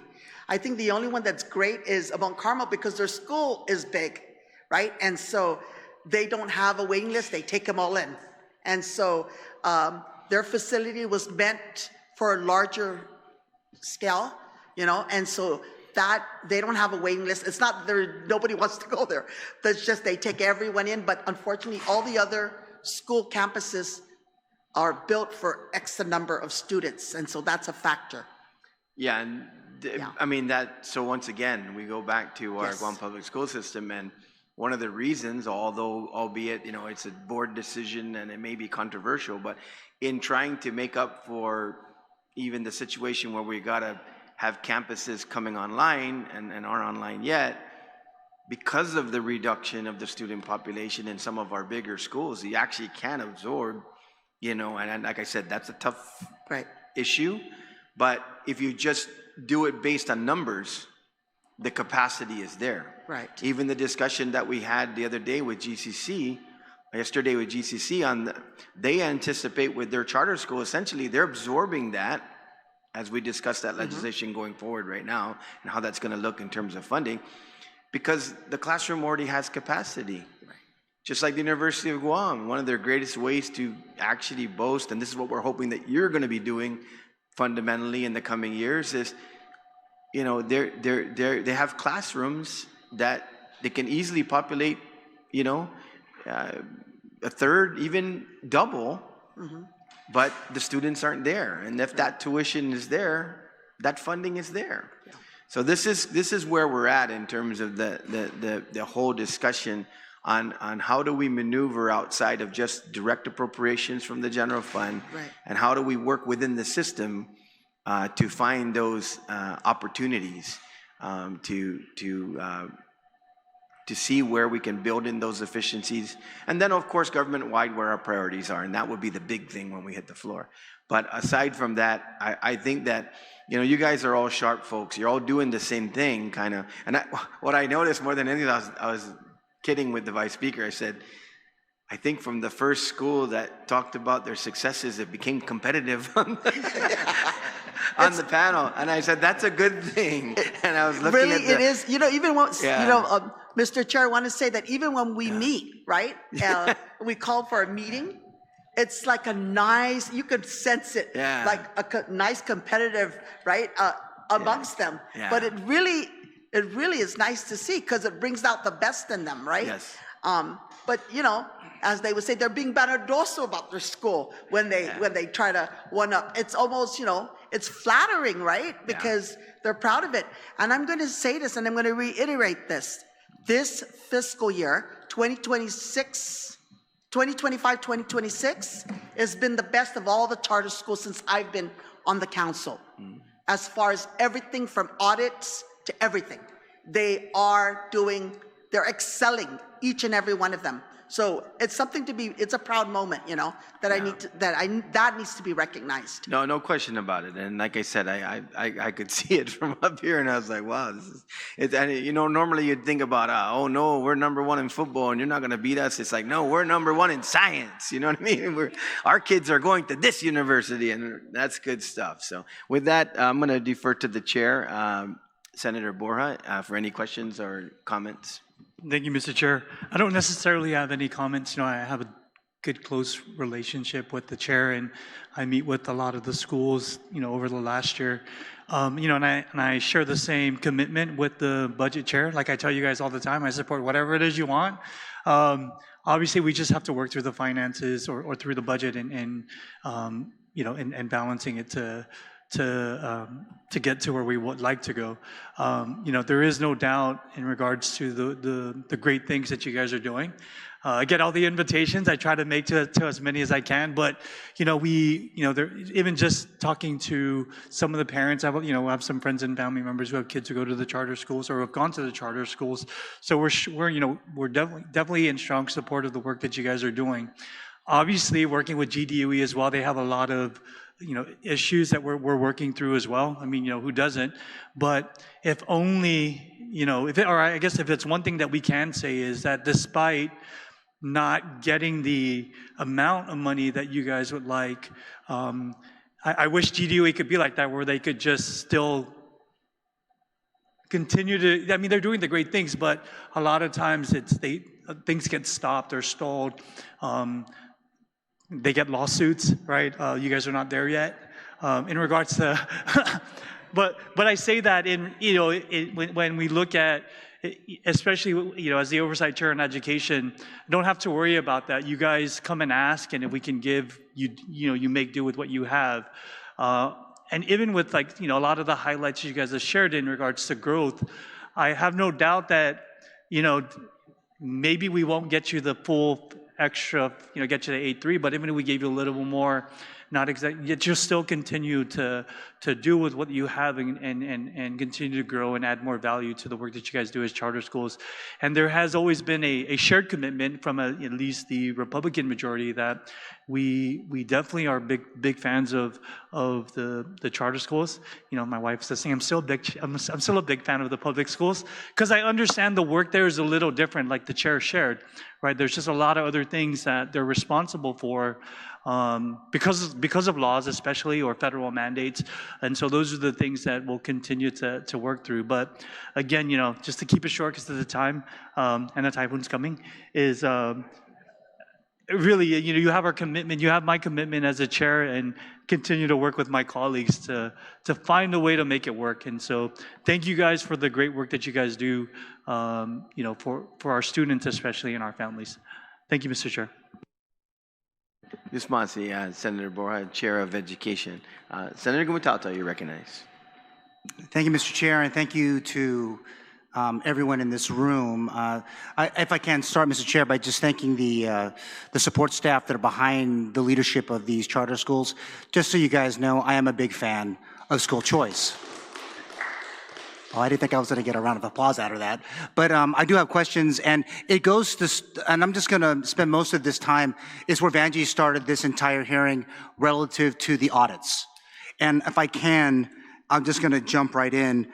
According to the FY2025 financial highlights for Magaʹhågan Hurao's Guahan Academy Charter School, auditors wrote that as of September 30, 2025, Hurao had receivables of approximately $530,000 from the government of Guam, representing appropriations earned but not yet received. So recognizing that as of September 30, 2025, charter schools collectively, based on the audits, had $4,263,203 in available funds from their FY 2025 appropriation of $22.7 million. Have all the charter schools received their full FY 2025 appropriations? And if not, what is the estimated value of all the outstanding vendor payables, utilities, and other accounts payable that have been recorded by all of our charter schools due to the absence of this funding source for the last fiscal year? Okay, I'll answer that, then I'll have Anne-Marie follow suit. So with this, just remember, Senator, that whenever they turn in their payment invoices, it takes about, they're behind by 3 months, give or take. So that's why there's always seems to be a lapse. Because when I spoke to each and every one of them, the process is they turn in, and I see it because I'm CC'd in it all the time, a payment invoice.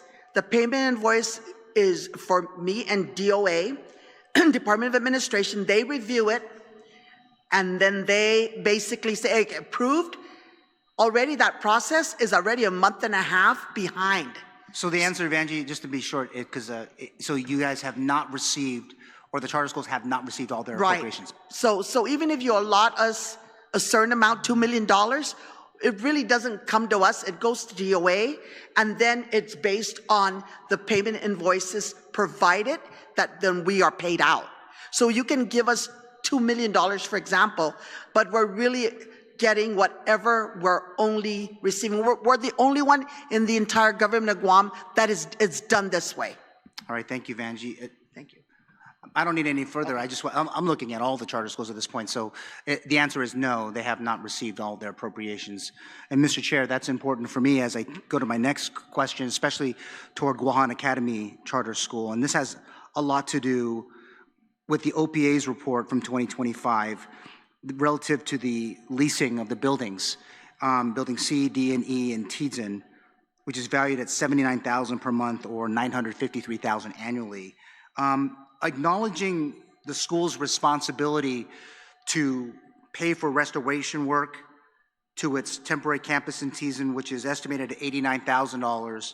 Obviously, this had a lot. Timing is kind of strange because we're talking about Mawar. We have a storm bearing on us. But talking about the restoration work from Typhoon Mawar, can you tell us if any of that work is related to that And any portion of the $210,000 that you received through a FEMA award, was that applied? And for the record, was GACS responsible for matching any FEMA monies for any portion of that award? We are very grateful, as we always say, that we occupy the Tizen campus for free. Unfortunately, since July 2023, we have not received a guaranteed signed MOA from the Office of the Governor. So we are not secured. Our families are not secured whether in the event that we get evicted, where do we bring our families and students? So we always appropriate or allocate that budget, that at least the dollar value of $920,000 a year. And that's the main reason why we have lapsed funds.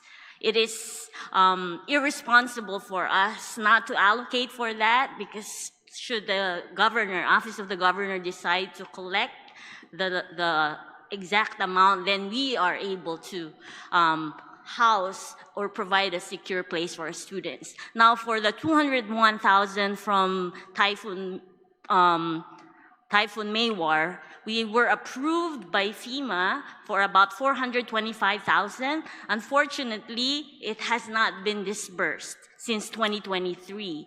So because the property owner of Tizen cannot provide for the repairs caused by the damages of Typhoon Maywar, we had to absorb those costs. And they are not structural. Up to date, we still have to replace the ceiling tiles, because when it rains, it has to be there. Although we were approved, we have to recognize that receivables. And until we get that receivables, it's like we fronted all the costs of the repairs of our buildings. And just for the record, I don't think you're not the only one. I mean, I wouldn't stress out so much. I mean, there's other public facilities on Guam that remain in this kind of place as your school is, in trying to get reimbursables from what happened over Maywar. And I'm not picking on Guahan Academy Charter School for this one, but in your audit, it also found that the school recorded expenses that were related to costs that had not been incurred, which auditors noted to be a practice of recording expenses at full contract price without consideration of when the exchange occurred. So for the record, do you have any information at this point to confirm whether other charter schools are reporting their expenditures similarly to GACS, which according to auditors is not based on delivery receipts, service completion reports, or other supporting documentation? I'm just wanted to just take a temperature of the rest of the charter schools on this matter when it comes to expenditure reporting. I can respond on that, sir, Senator. So we have expenses, for example, the $31,000 that was incurred when the vendor renovated or painted some of the classrooms, which is not, again, under the property owner, which is Cortec. So those are invoices that already have been submitted. It was paid for, it was completed. It just so happened that we have to front it. So again, just like what Ms. Vanjie was saying, by September 30, the invoices have to be in. So it was an expense that was incurred. It's just a timing of submitting the invoice. I got it. For that. And as a follow-up to my question in the last year's budget hearing regarding the receipt of by charter schools of any grants or gifts which are allowed by law, subject to financial reporting requirements, did any of the 7 charter schools receive gifts including in-kind contributions during this last fiscal year? And were these donations part of the school's spending plan for the fiscal year? And were these contributions reported accordingly? Yeah, go ahead, Mike. Thank you, Did Senator. you get a gift? Not really. I mean, we raise the money, Okay. but it goes to expenses that are not allowed by the government, like rewards and certain events you can host. But for example, you can't buy food for for people, things like that. I learned a little bit about that when I was counsel to the port, and it's just real strict. Lots of it really comes down from Attorney General opinions. I do want to clarify something, and I may not be clarifying it for the other schools. I've never taken an accounting class in my life, but the accountant was explaining this to me, where she was having some difficulty because she was saying, Mike, I do this by the principles of accounting. When you agree to purchase something, it goes down, but not with DOA. If we were to buy, for example, a textbook, the moment we incur that expense, it goes down, but not with DOA. It'll still be there. So you'll see our budget will still be like that. If that textbook doesn't come to the following year, then it's registered for the following year. So there could be a little bit of a disconnect. So we don't get our money up front from DOA. We get it only through invoice. In fact, there's a lot of things we're not able to buy because not everybody is based on credit. Yeah, maybe I should have started that all your audits were clean. That might have been an easier to start with. But yes, you're absolutely right. It's dealt with a lot differently in terms of when we look at the expenditure. I only have one last question, or at least a series of questions, Mr. Chair, and this has to do with student enrollment. Because I know that the members of the Committee on Education, which I'm a member of, I know we have a couple of bills that are ahead of us, but there is that push to lift the cap. And you were here all asking today very eloquently for the lifting of the cap. Now, I guess for me, when I think about this idea of the cap, I mean, there's a lot of things like data duplication, and we have a lot of just getting there.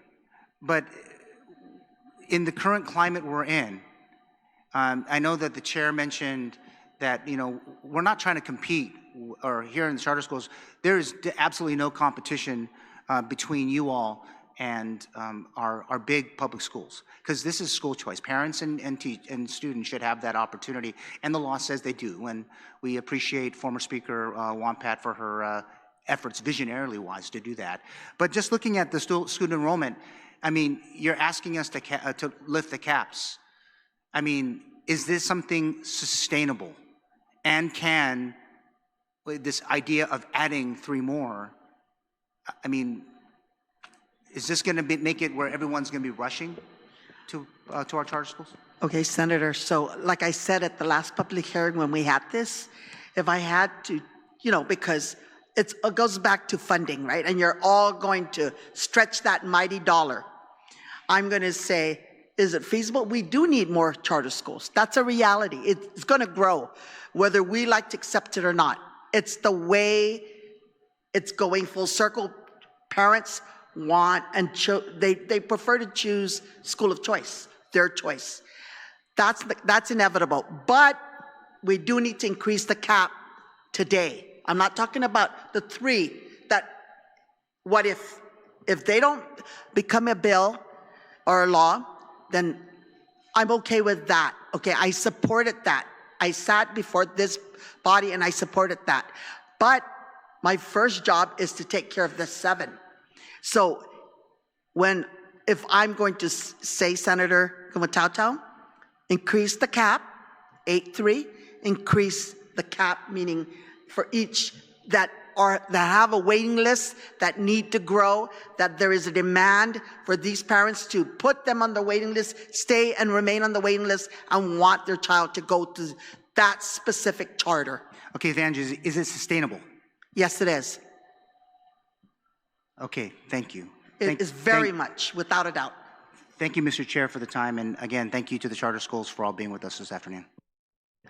Senator Tadigui, you recognize.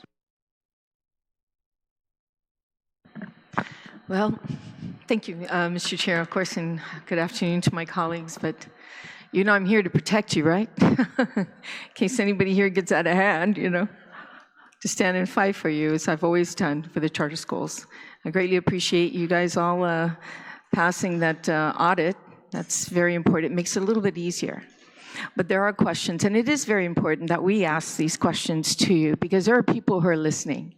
There are parents out there who are actually listening, wondering whether I should put my school in my child in a charter school or in public school. So it's really important we do that. But there's some questions I do have because I'm seeing a huge ratio. I'm kind of a ratio kind of person to see the increase in some of the schools that I was able to look through. So one in particular is, well, I'm going to have to hit on you right now, former Senator Castro, on career tech. I'm seeing a total of about, in personnel cost, an increase of 114.6% increase in personnel. I'm also seeing a operation of about 20.9% increase in operations, and then a utilities at 56.7%. That's a total of 59.6% increase into your budget. Can you explain why these, especially personnel at 114.6% increase? Sure, let me begin by saying the appropriation amount never shifted. So $10 is $10 is $10. Let me follow up by saying the reason is this: it's expensive to deliver a quality product. If you look at the books, depending on who you're talking to, you'll see that there are personnel costs identified in, for example, the P&L. Let me reach over. Historically, career tech had outsourced some of these subject matter experts, and you'll find them in contractuals.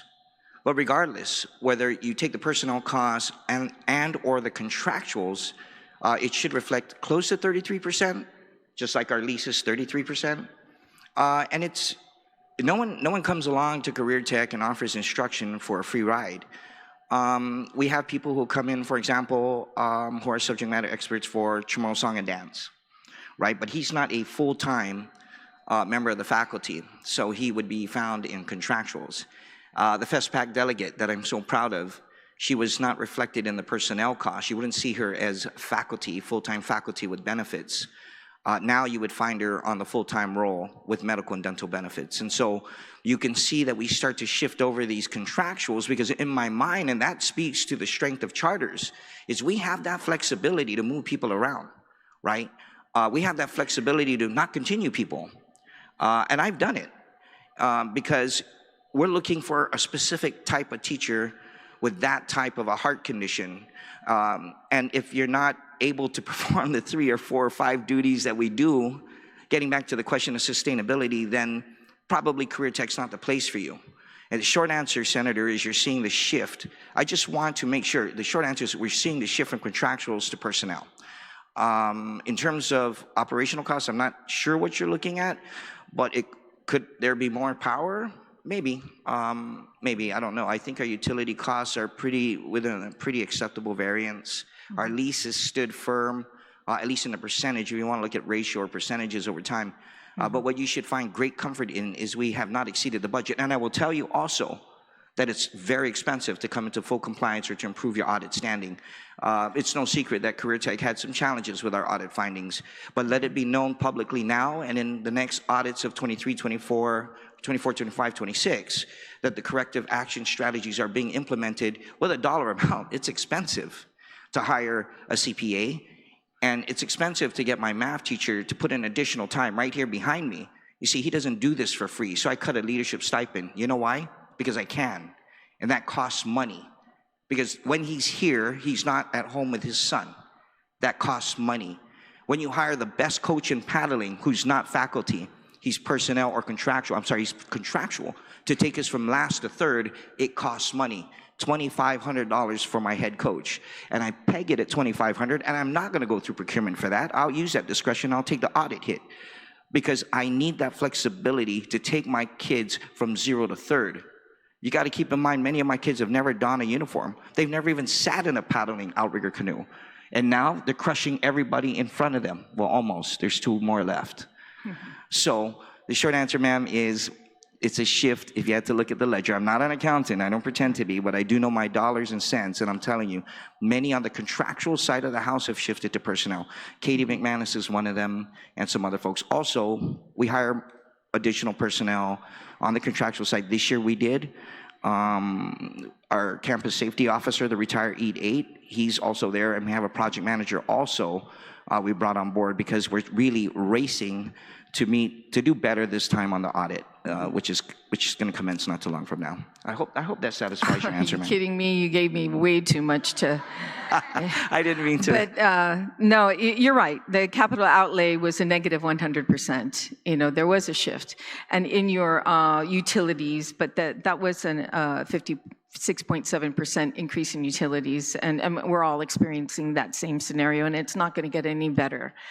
You know, so thank you for that information.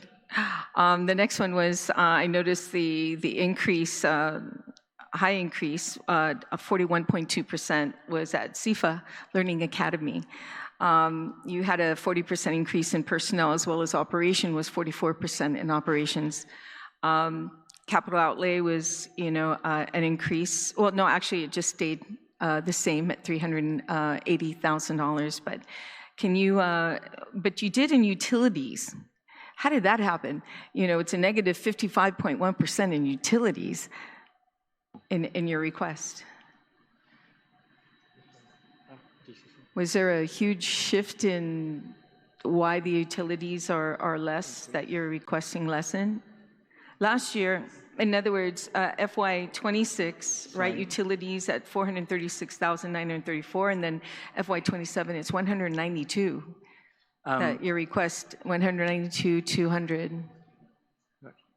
If it's okay, Senator, I'd ask my facilities to come up and yeah, explain. because that's. Real quick. We all want to know your I provide secret. the correct information. We definitely all want to know your secret. Are Yeah, you yeah. using more solar panels, or are you so going for, in? for the power is because we moved to GCC. That's the reason why. Okay. Sorry. Okay, Sorry. that explains it. Okay.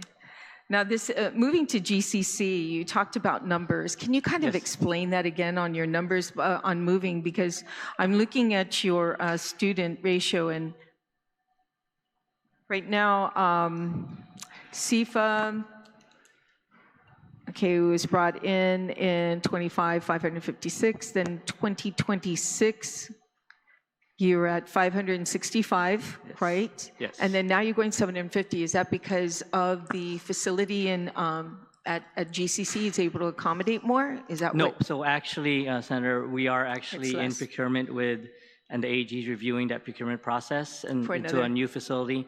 That facility is expected to be able to hold 900 students. Okay. And so we're expecting this Okay. increase in So population. kind of explain GCC, because, you know, they were in front of us and mentioning how, you know, is it GCC that's opening their own charter school now? Yeah, It is. yeah, well, Okay, that's the but in the application under the meantime, bill, yes. You're being housed there right Yes. now. Is there an increase in contract amount, like your rental, you know, compared to what you were paying last time at the other facility? Actually, it was a very big decrease. Decline, Yes, right? decline, yes. Okay, a big decline on that. Okay, so you know, I'm just pulling out those who are obvious, you know, in increase, and to justify it.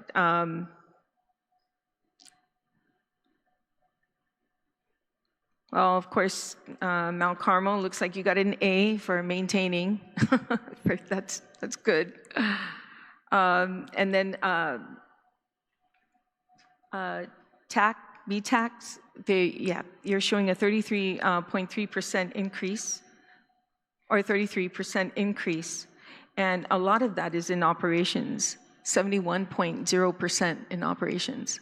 Can you explain that increase? Why you're increasing? Operations? Yes. Yeah, oh, sorry, there you go. Sorry. Okay. Combination of contractual services as well as, if you come to the campus, a lot of maintenance work has also been done to support and as well as utilizing more space that exists on the complex to support some of the programs that we have. On contractual. Yeah. That's a huge increase, right? That's almost $439,000 increase for these contract roles. Is it something anticipated for FY27? Yes. Okay, Yes. and it's, is those contractual, those programs, it doesn't need to go to the board for approval or anything like that, does it? Oh, our board is looped in on all of these things. I'm sorry? Our board is aware of No, these I'm talking things. with I'm Oh, talking the with Charter Banji. Council. Yeah. Oh, yeah. Yes. You bring it by them, right? Yes. Okay, so on these contracts, and Banji, you have the opportunity to look at them, maybe even scrutinize them, and see if it applies to the, I guess, the bylaws or the covenants I of charter scrutinize schools? everybody, Senator. Okay. I do. So Okay. that's why I said this is the best we've ever been. Okay, okay, so, and that, before I get into the really hard questions, this is for everyone, actually, if you can, and if you make your questions, your answers short, it's just a very simple, well, maybe not, because the questions I have here has to do with the standard testing. So, what standard of testing system does your school use to measure the students' performance, and does it align with DOE's assessment system? And do you use any nationally norm assessment, or do your students rank compared to national average? So let's start with, yes, yeah, that.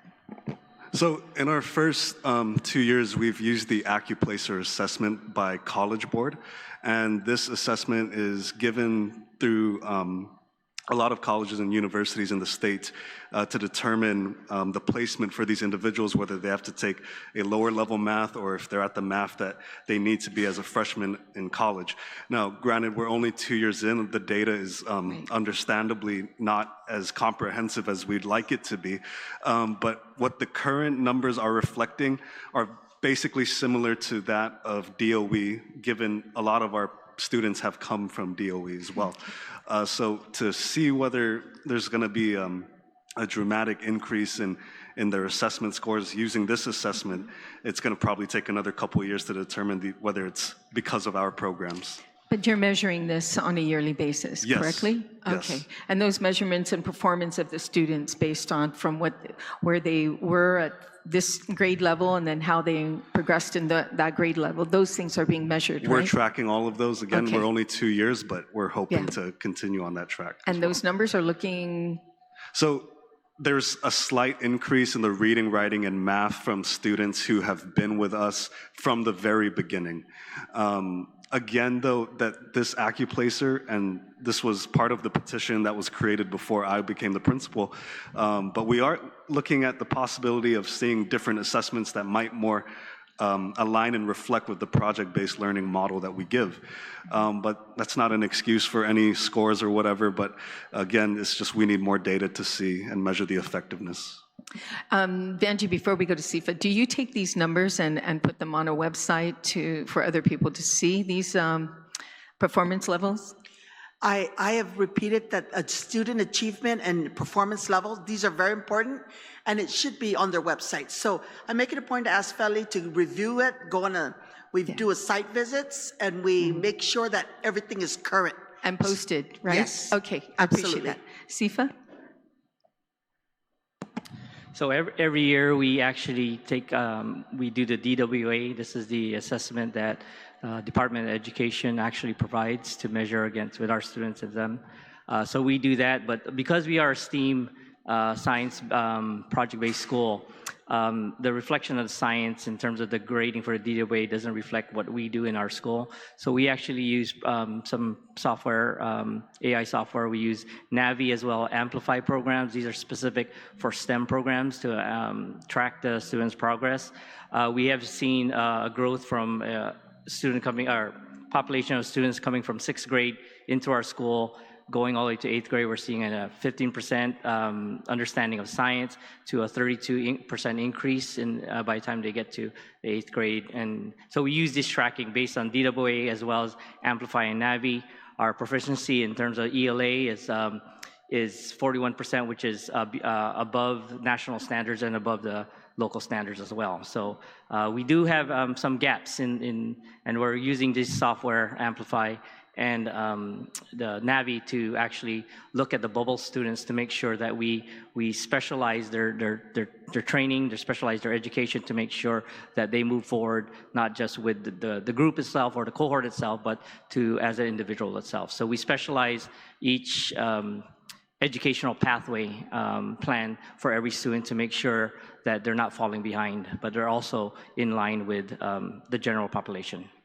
Thank you so much. I'm glad to see that you're taking advantage of the AI system on algorithms, basically so that you can determine it a lot faster. You know, of course, you're a tech. Hello, you know, you're a techie, so I appreciate what you're doing. Maybe, you know, I saw the collaboration between Senator Will Parkinson and Mike Phillips on the mock trial and how they're collaborating. So, Excuse me, that's Will Castro. what did I say? What did I say? I think you mistook me with Will Parkinson. Oh, Senator Parkinson. You Will know, I Parkinson. keep saying that. You know, you left us too soon, you know, Senator Castro, you left us way too soon. If you'd have stayed here, I would have got your last name correct. Have more years to practice. But no, I really appreciate the collaboration that the schools are making with each other. I mean, you should be very proud of that. And with Seifa, and they can also, you know, assist in the other schools with AI technology to simplify, you know, any kind of, you know, assessment, performance, definitely with your students. So I ask you to please, you know, take advantage of him. He's here since you guys are all kumbayaing, and that's a really good thing. So Emery, you're up. Okay. So with our testing, we use the next generation not Common Core, aligned with Common Core curriculum, and they have it's nationally. I'm sorry. Can I just say it in Chamorro? My Chamorro is getting in the way of my English. Oh no, never make an excuse for that, my friend. Next Generation is a national standard curriculum that is acknowledged. And what we have to do is build it in. So we're using that curriculum and those standardized testing. However, we're indigenizing. So we're building it as we go, but we're still testing. Last year is what we did, and then this year we should have a completed test that's indigenized. So in other words, for example, in math, if it's teaching to the standard of measurements, the measurement tool that we would use in testing is measuring agriculture, you know, plants, and really indigenizing it instead of just taking it straight from the test instrument. We're indigenizing.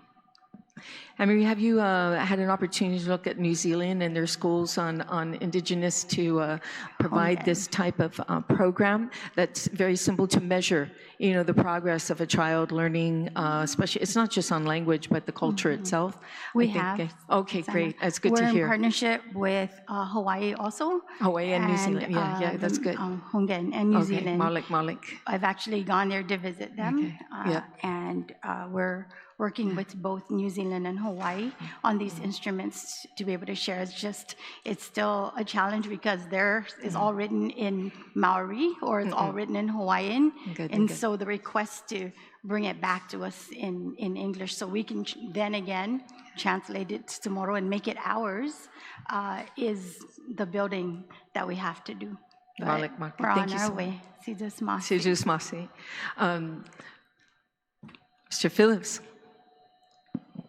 In our 2 years of being a charter school, we've not used the standardized test mostly because we haven't found one that even comes close to our curriculum. And no one else here said, I'm not saying for anybody other than me, but whether I was with the Archdiocese or a student at UOG or even a student at Mount Carmel back then, I learned that standardized tests can be extremely dangerous to students because we all walk away with our grade. And the difference is at your school, you were teaching the tests. At my school, they were lucky if you're touching the topic maybe, but maybe you're touching something else. And so former Senator Lee Yamashita, in fact, is one of those that really warned me about two things. One is you need to get it, but it needs to be customized to your curriculum that you're actually, so you're not chasing the tests. But number two, don't administer a test that doesn't fit your curriculum. When we were with the Archdiocese, we were told we weren't going to get federal funding anymore. If we didn't, we did. And the results were very similar to what you hear here. If the student is with our school, they're doing better, sometimes substantially better than the rest. But when someone comes in, they don't do as well. Now, someone could jump to the conclusion that that means the other schools are not as good. That's not my conclusion. My conclusion is they're not in the system, and that's the danger of administering those tests. I think that we had 2, 3, maybe as many as 4 different DOE tests because they kept changing what they wanted. And each time they did it, they assured me it would be the last time. But we reluctantly went along with it at times. When I discussed it, and we've been WASP accredited since probably the 1950s, if WASP was around that long, but we've never had anything short of full accreditation. And we've always explained that to the accreditors. We'll do it, but we don't, that's not our curriculum. We don't chase that test. And Joe Sanchez from DOE has been very helpful. We haven't had to use him in a long time. He's very, very helpful in explaining the test to us and why it's these questions and all that. So if you want to do better on that test, you can go ahead and teach those portions, for example, of math and science and all that. But then the test is dictating your curriculum. And so that's the give and take. We are going to do it, but it's going to be customized to our curriculum, which isn't going to change much. So we're absolutely going to do it. Well, thank you so much, because it's an opportunity for you to also obtain grants. And a lot of times grants asks for the performance of your students in order to obtain some grants. Okay, next. We use Smarter Balance with GDOE, which is the district-wide assessment, but we pepper that with iExcel and iReady, some third-party assessments to determine whether or not that data is true. And so we've been able to find that we do fairly well, but we use the data internally as opposed to comparing, because we do well. So, but what does that mean for iLearn on a longevity type? So we use that data to determine, is there a group that needs help? So we do a lot of our decision making based on the data, but it's not something that we like to tout in terms of we do better than this, you know. But we do we're able to identify that we come close to grade level readiness, and so to us that's the most important thing in terms of these data.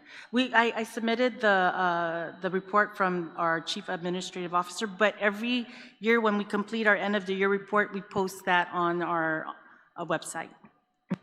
So much. Next.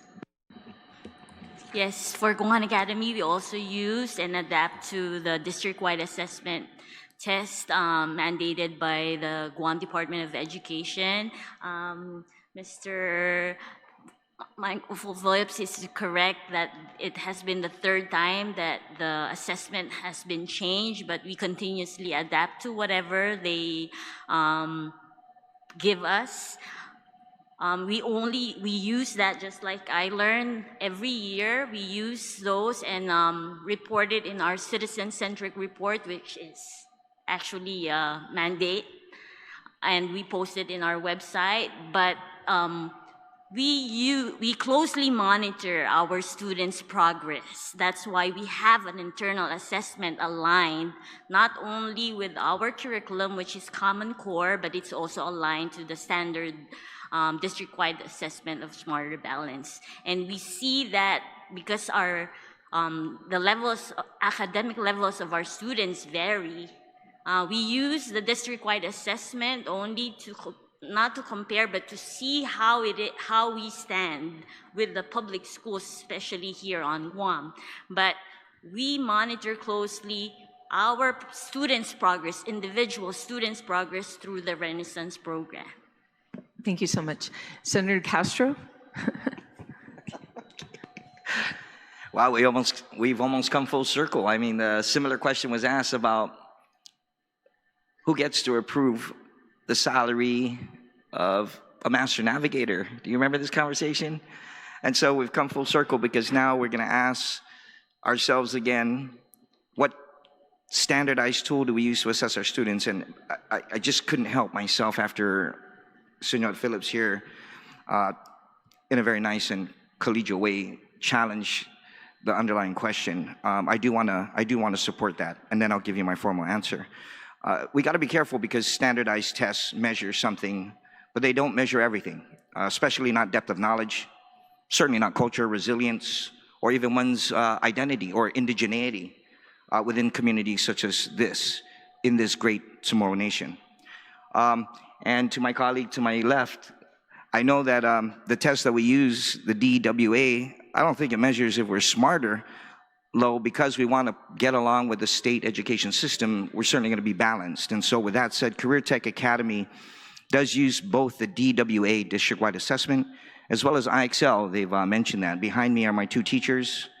They use the IXL learning platform as complementary tools to strengthen student achievement and accountability. The DWA, for the record, measures student performance against GDOE standards and benchmarks. At the same time, IXL provides, Senator, this is really cool. This is kind of, you should come on down and take a look at it, or go to any of these schools who have it. The IXL provides real-time diagnostics and continuous progress monitoring.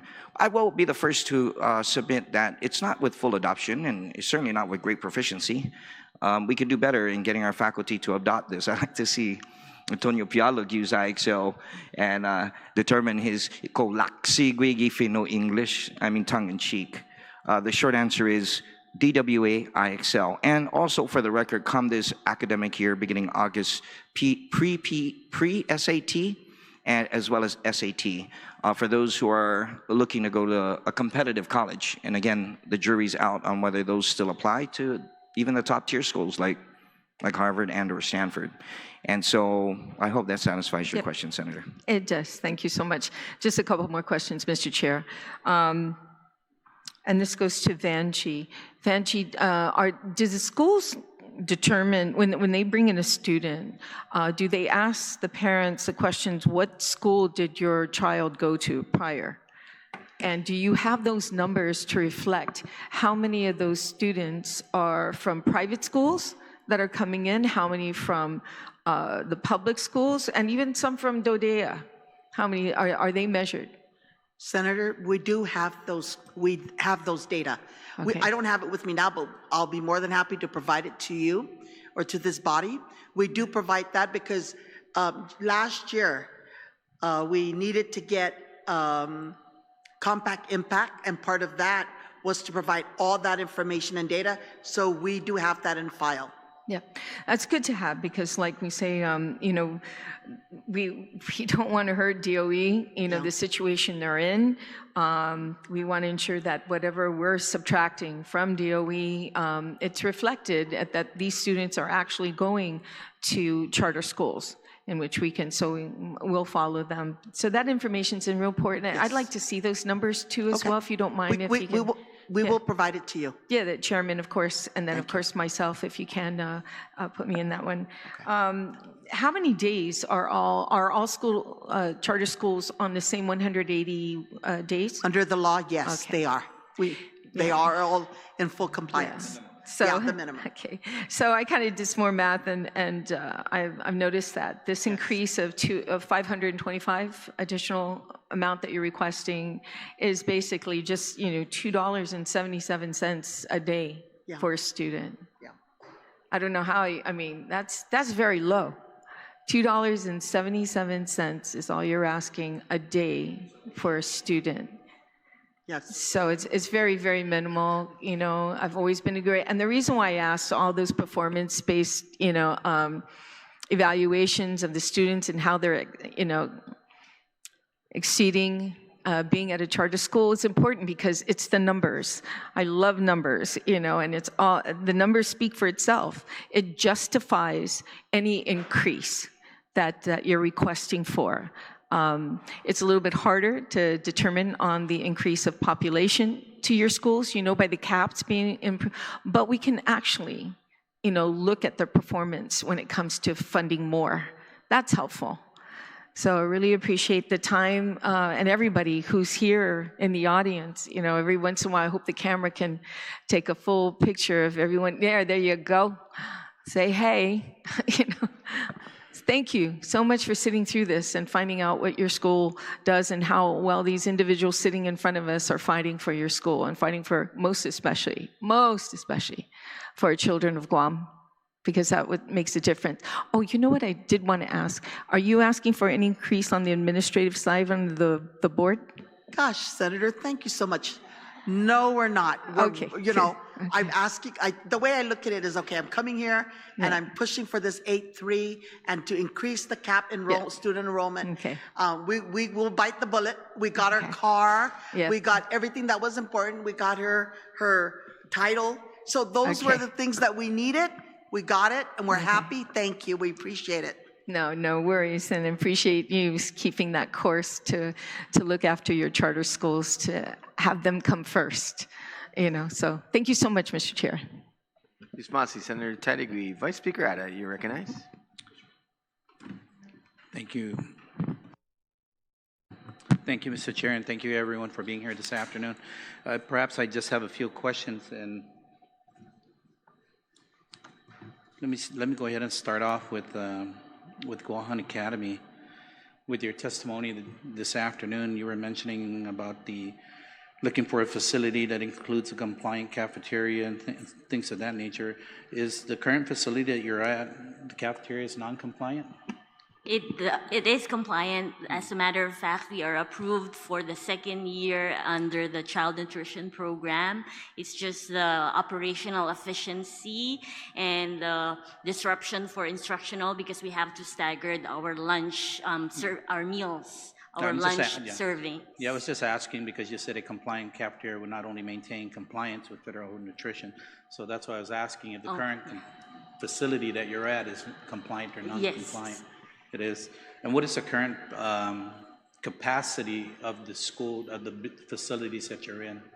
For the cafeteria, where we serve the lunch and the free breakfast and lunch for our students, nutritional breakfast and lunch for our students, is 300 students, 350 students. So because we're a K-12 school, we have two lunch periods that starts a little bit early, 10:30 for our primary, But and then that's usually the case even with public, the GDOE schools, that they have staggered lunches, right? yeah, So, it's the only common space that we have, so we use also our cafeteria for assemblies and smaller programs or group of programs. But if it's a school-wide event, it has to be at the parking lot.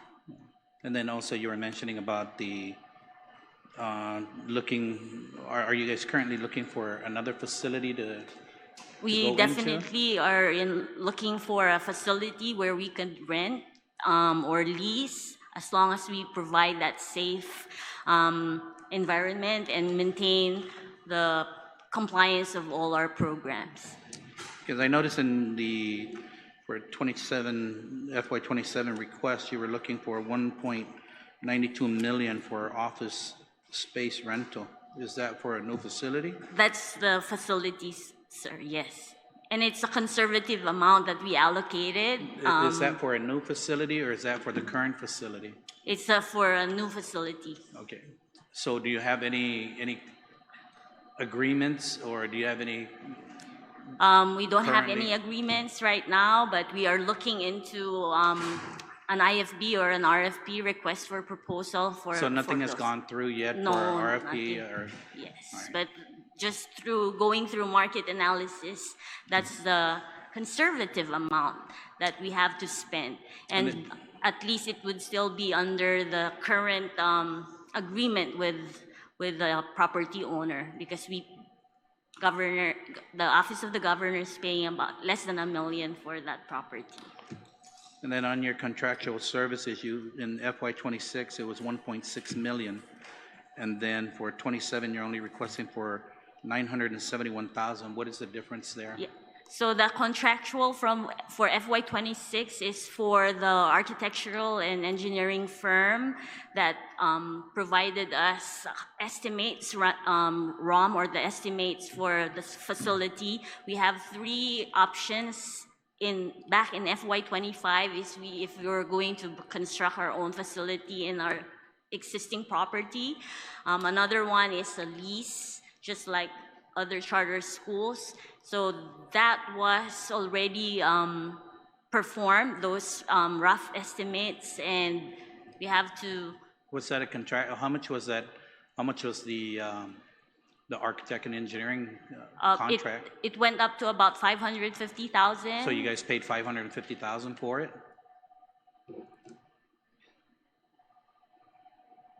For the design and the.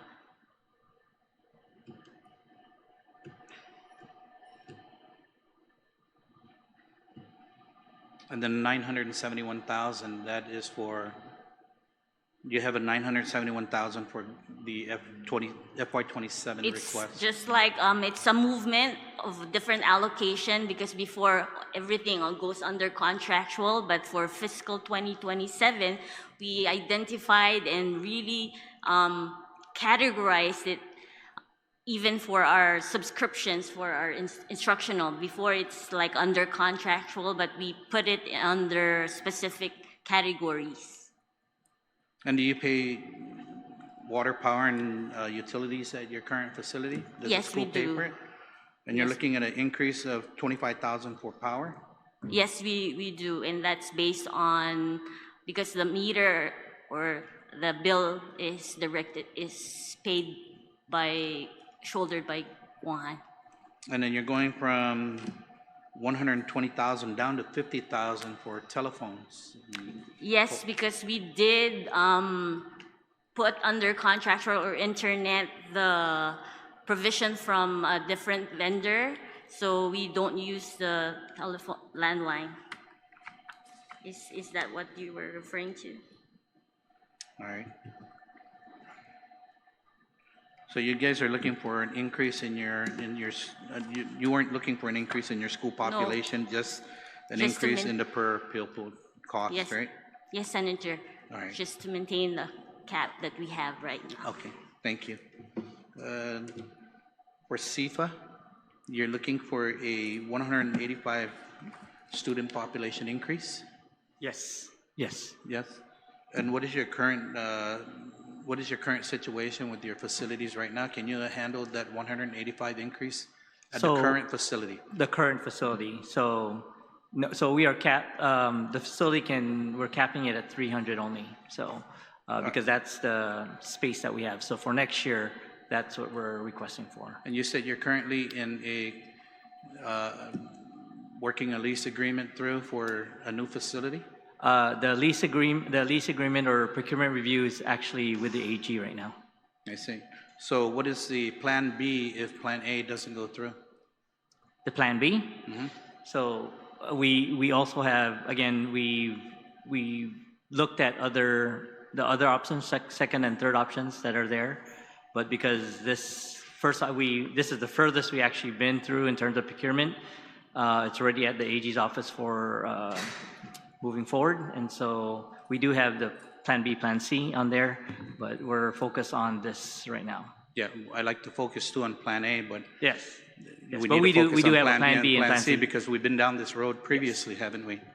Yes, but Yes, again, this and is that's why I'm asking, right? And this is Yes. very important because what we don't want to find is the students in a situation where school is opening and we're scrambling to find out where they're going to go. I agree. So I'm asking, is there a plan B and a plan C? And if plan A doesn't go through, what is plan B? What is plan B? Yes. So we actually are speaking with another landlord or a potential landlord for leases, and they have a facility for us. So is that facility going to be able to accommodate 485 students? 600. Or 600? Yeah. No, well, you're asking for the plan for B. 750. Yes. That's for the plan A. Yes. So what plan B is going to be what? It can hold up to 650. So plan B is 650, Yes. and plan C is Plan C's of around 650 as well, yes. So for 27 school year, FY27 school year, you're not planning to be at the current facility in GCC? No. Is what you're saying? We're hoping to open next school year in our new facilities that can hold up to 900 students.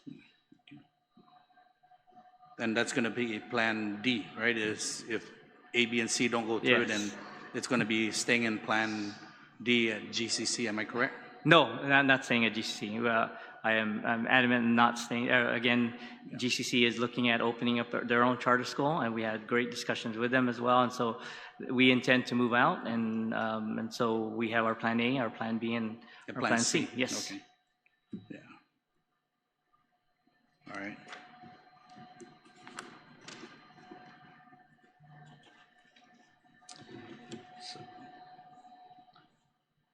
Have you been paying utilities at the current facility right now? No, we actually pay a fixed rate monthly, $16,500 per month. Did you have any lapses in utilities from this FY? No. No lapses in utilities? So in your 27 requests, you were looking at power to be 102,000. That's expected. That's at the new facility? Yes. That's what's... Yes. And your water and sewer, 22,000, correct? Yes, correct. And capital outlay, what's this $380,000 capital outlay? That is for operational costs of this new facilities in anticipation of the expansion or the increase of our population. All right. On your contractual service, you have an increase here of 171,000? Yes. What does that consist of? Excuse me? What is it? So again, because we are like all other charter schools, we are specialized in our curriculum, and so contractual services would be specialized curriculum as well as specialized experts in the fields. And you're looking at your new lease to be around 780,000? That is correct. 780,000. All right.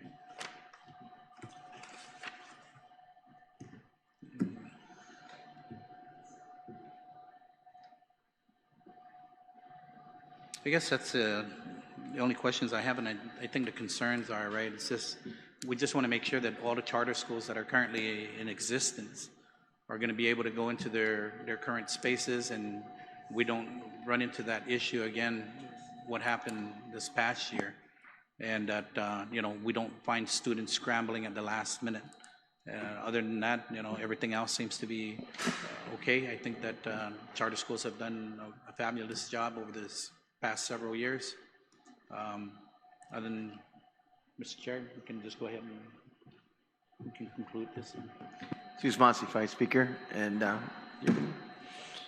okay. Well, thank you very much once again. We appreciate you being here, and as we depart here on this Friday, almost evening now, going afternoon to evening, I ask each and every one of you to please extend some prayers over the weekend, as we know that there's impending weather coming our way, and so we ask the Lord to spare us, and so I just wanted to ask you to do that outside of us also praying that we're going to be able to reach these goals of the budget, but what's at hand right now also some possibility of inclement weather. So God bless you and be safe with your families.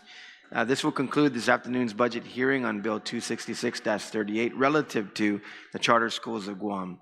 The committee will continue to accept written testimony on this particular proposal throughout the time that we're hearing all of the budgets, and then we'll have a 7-day closure prior to addressing the bill, which may be addressed to myself, Senator Christopher M. Dueñas, as chairman of the committee, mailed to 163 West Chalansotapapa, Hagåtña, Guam 96910. You may also send your testimonies to my email at senator.dueñas@guamlegislature.gov.